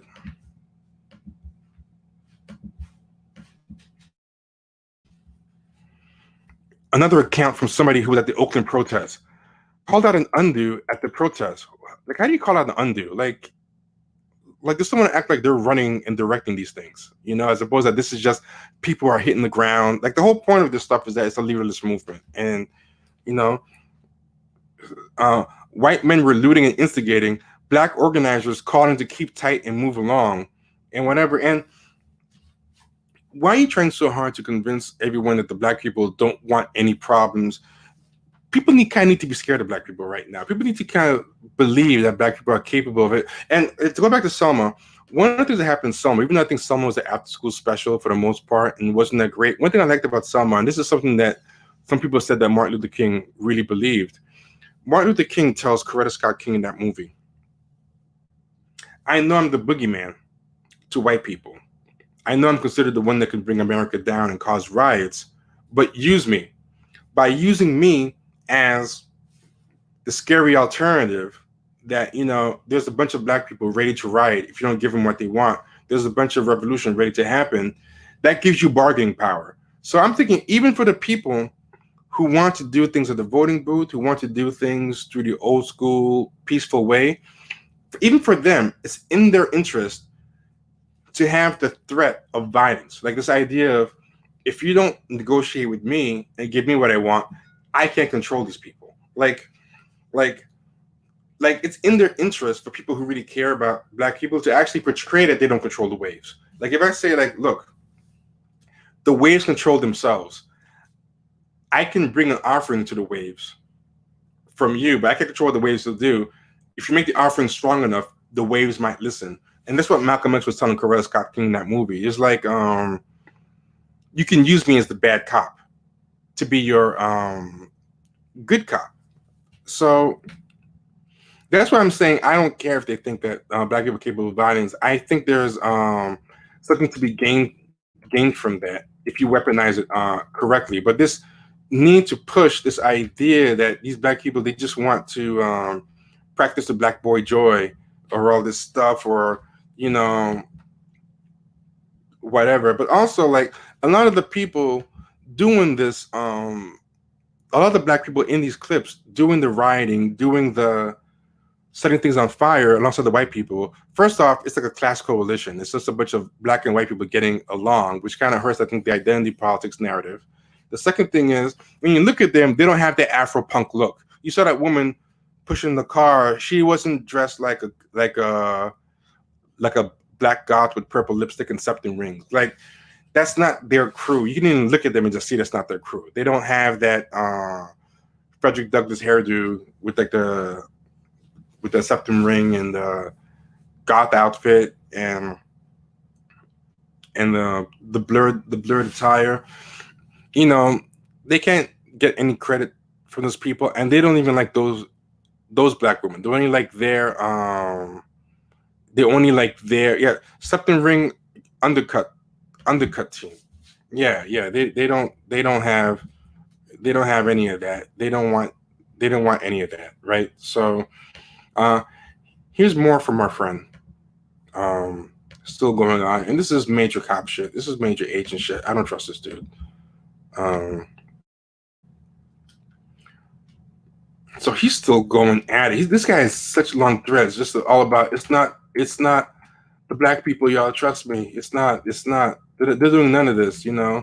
And he's showing like women trying to stop. Black protesters in Baltimore begged the white folks who showed up to riot to stop, because the cops would end up killing the Black protesters instead of them. And the Black protesters were told, they're going to kill you anyway. You know what? They're right. They're going to kill you anyway. Like, first off, I would be fucking ashamed. I'll be tell you straight up. If I went there and the white people were more about the shits than I would be fucking ashamed. You know, I would not go on Twitter and tell people, hey guys, I was begging these guys to not. God, I would be fucking ashamed. You know, you've lost the plot, you know. And then Black protesters eventually end up ejecting one of the folks who was trying to riot in Baltimore. And to me, there's a difference between trying to throw out an agent provocateur or like a Proud Boy type or those types. I agree with that. And I think that could have been what's happening. But this idea that, you know, these people, I'm talking about, even people aren't there for George Floyd. You know, even if these people aren't there for George Floyd, even if these people are just there because they're a bunch of troublemakers who want to blow shit up, I say that's fine too. Then, if the message that the powers that be have to get is, when we kill Black people, a bunch of white weirdos are going to show up and blow things up, I'm fine with that too. You know, as long as they know something bad's going to happen, then in fact, it's even better. If you don't want to do this stuff yourself and be associated with it, then by all means, let the white people do it. But I think what they're really trying to do is not so much that they're mad at the white people. I think the real goal of this is to hide the Black people involved. It's not really that they're so mad at the white people. It's that they're mad at the Black people involved, because the Black people are fucking up the narrative and they're fucking up their hustle. They're fucking up their gig. So what they have to do is, it's not really about being mad at the white people. It's more about they don't like that they're losing control of the narrative. They're losing control of their gift, the grip. Two protesters in what I believe Miami State that it's only white people vandalizing cars and stuff, and like, you know, when I see stuff like that, that's an account that's either a cop or it's an account that has some kind of grift involving white people, getting white people to love them. We're finishing up now. I'm finishing up. Civil unrest is how governments change. Because like even the old '60s protests, right? If you ever read the Kerner report, the Kerner Commission, and a lot of other stuff, what the white history books like to tell you is that it was all Martin Luther King that got that change done. But if you read the COINTELPRO papers, if you read the actual Kerner Commission report and whatever, it's the riots that made it happen. And what happened was, it was the riots that made them come to the negotiating table with the peaceful people. And they take that out of the narrative because if they put that in the history books, it might encourage new people to try it again. So that's why they don't do it. Yeah. So, yeah, the Kerner Commission, the Kerner report is very important right now, and it drops a lot of knowledge. And they don't like to talk about. They're sticking to the core. Pick me. Yeah, 68 riots got the Fair Housing Act. They don't like to let that known, but the riots do work, and it's like a good cop, bad cop thing. Like, if they just think all they're dealing with is good cops, they don't have shit to do. And those riots played a very important too, right? So I want to show something else, right? Look at this. Even this Black Aziz Ansari thing, he put, do you see any fucking black people, you know? And then someone that replies goes, not Caucasian. And they put some black people setting a car on a fire right under his thing. Like, they just called his bluff. And then someone else put, and this person that says, stop killing us. You look at her bio and she's total, like, you know, one of these types, like a total shit lib, right? She goes, not saying no black people are jumping in. A lot of anger out there because she can't deny this one. So she says say something. She goes, but the truth is, a lot of this is being staged by white agitators. Something many refuse to acknowledge, referring to only blame black people. Why do you care if any black people get blamed for this? If anything, this will let people know you guys have a warrior class. Why are you scared of people thinking that you guys have a warrior class? Like, that's like, why are you going to protest but you're scared of people thinking that you guys are willing to escalate? Like, I would be happy if only black people were blamed. If people really thought that, I mean, I'm glad, but I'm actually happy that also, I take that back. I wouldn't mind if only black people were blamed, but I'm actually happy that both are getting blamed because now the powers that be are seeing that white people and black people are uniting, you know? So all that's good to me. We're wrapping up. I want to show something else, some of this other nonsense. Susan Rice is speculating. Everyone's doing everything they can to avoid giving black agency. Susan Rice speculating that Russia is fueling U.S. protests. I would not be, like, they're still running on this Russia thing. I would not be surprised to learn that they have fomented some of these extremists using social media and that they're funding it in some shape or form. Out of the Russian playbook as well. But we can't allow the extremists, the foreign actors, to distract from the real problems we have in this country that are long-standing, centuries old, and need to be addressed responsibly by new leadership. Now let me ask you, how are these people, by encouraging a protest against George Floyd, distracting from the real issues? They're putting attention to George Floyd. Like, what the hell are they distracting from? You're absolutely right on the foreign interference, because we know for decades the Russians, This guy- when it was the Soviet Union, This guy doesn't deserve the concept of a journalist. they've oftentimes He should be ashamed of tried to himself. embarrass the United States by promoting the racial He's divide a straight in show. our country. As if the racial divide is not real. Like, black people needed Russians to tell them to get mad. But what you're suggesting, Ambassador, is that they're still trying to do that? Is that what you're saying? How insulting is that they need Russians to tell them to get mad? These people don't have the fucking agency, the brains to get mad on their own. Oh, we see it all the time. We've seen it for years and frankly, every day on social media where they take any divisive, painful issue, whether it's immigration, whether it's gay rights, whether it's gun violence, and always how racism, active is she on and they social play media? on both sides. Their aim is not simply to embarrass the United States, Wolf. Their aim is America should be embarrassed that somebody's kneeled on someone's neck for 9 to minutes. divide us, to cause us to come into combat with each other, to we need to combat with each other, disintegrate from within. And I would not be surprised to learn that they have fomented some of these extremists on she doesn't even think she has any proof. She's saying that she wouldn't be surprised. She basically just admitted that both I'm talking out sides my ass. using social media. I wouldn't be surprised to learn that they're funding it in some way, shape, or form. Out of the Russian playbook as well. But peep this part. But we can't allow the extremists, the foreign actors, to distract from the real problems we have in this country that are long-standing, centuries old, and need to be addressed responsibly by new leadership. By new leadership. So that's the point. The real problem in this country, which is new leadership, what she's saying is we can't let them keep us from focusing on the real problems, which is new leadership. What does that mean? Joe Biden. So she's saying that let's focus on what's really important here. Joe fucking Biden. Like, how fucking tacky that is. I have no proof of anything, but I wouldn't be surprised if it was Russians and they're trying to keep us from the real issues. What are the real issues in this? Not 7 years straight of just killing us, not getting any punishment or whatever. It's Joe Biden. Like, get the fuck out of here. Get the fuck out of here. This is something else by that Bidula Oblongata person. This can out a bunch of her shit. Where someone said Frances Cress Welsing was a homophobe and a misogynist, and she said yes, she really was. I just want to kind of point out how this Bidula Oblongata girl gets down. But it is what it is.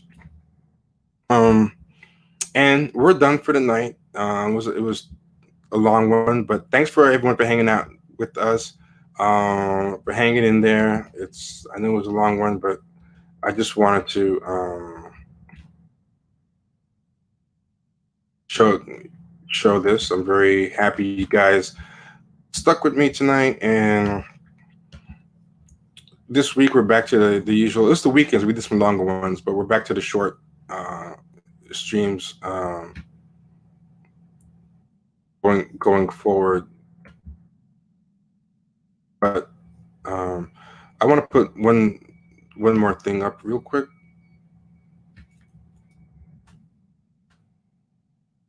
Real fast. 2 last clips about Joe Biden for the road before we go.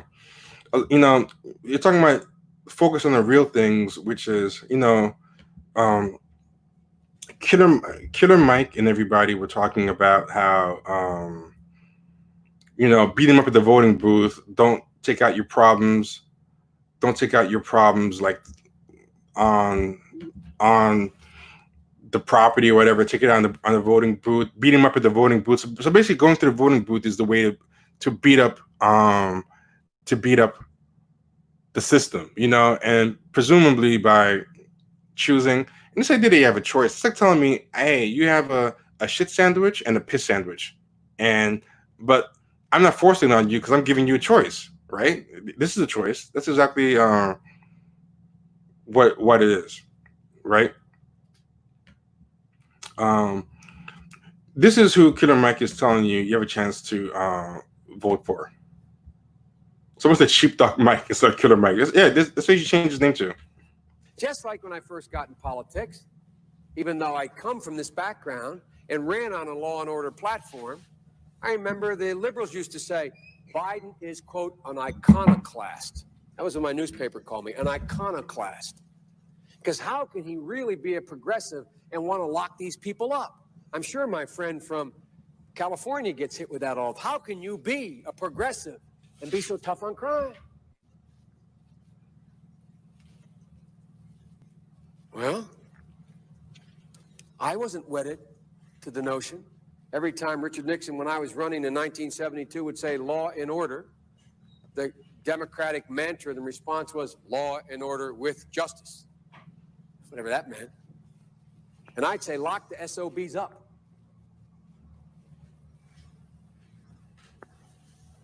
Well, just as it is no longer legitimate to say the Republican Party is against, as a matter of course, Social Security, the Republicans are finding out it's no longer legitimate to say the Democrats are soft on crime. Because guess what? What has every major crime bill that's gotten this far been? A Democratic crime bill. Whew. And one more for the road.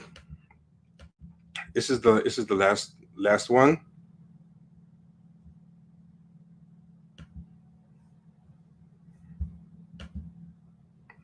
But that's basically what Killer Mike is saying, that you have the chance to beat up the system at the polls with.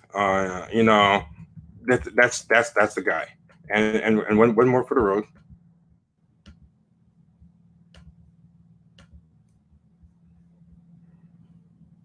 Someone in a beautiful neighborhood like this sniffed drugs was one. And this one's recent.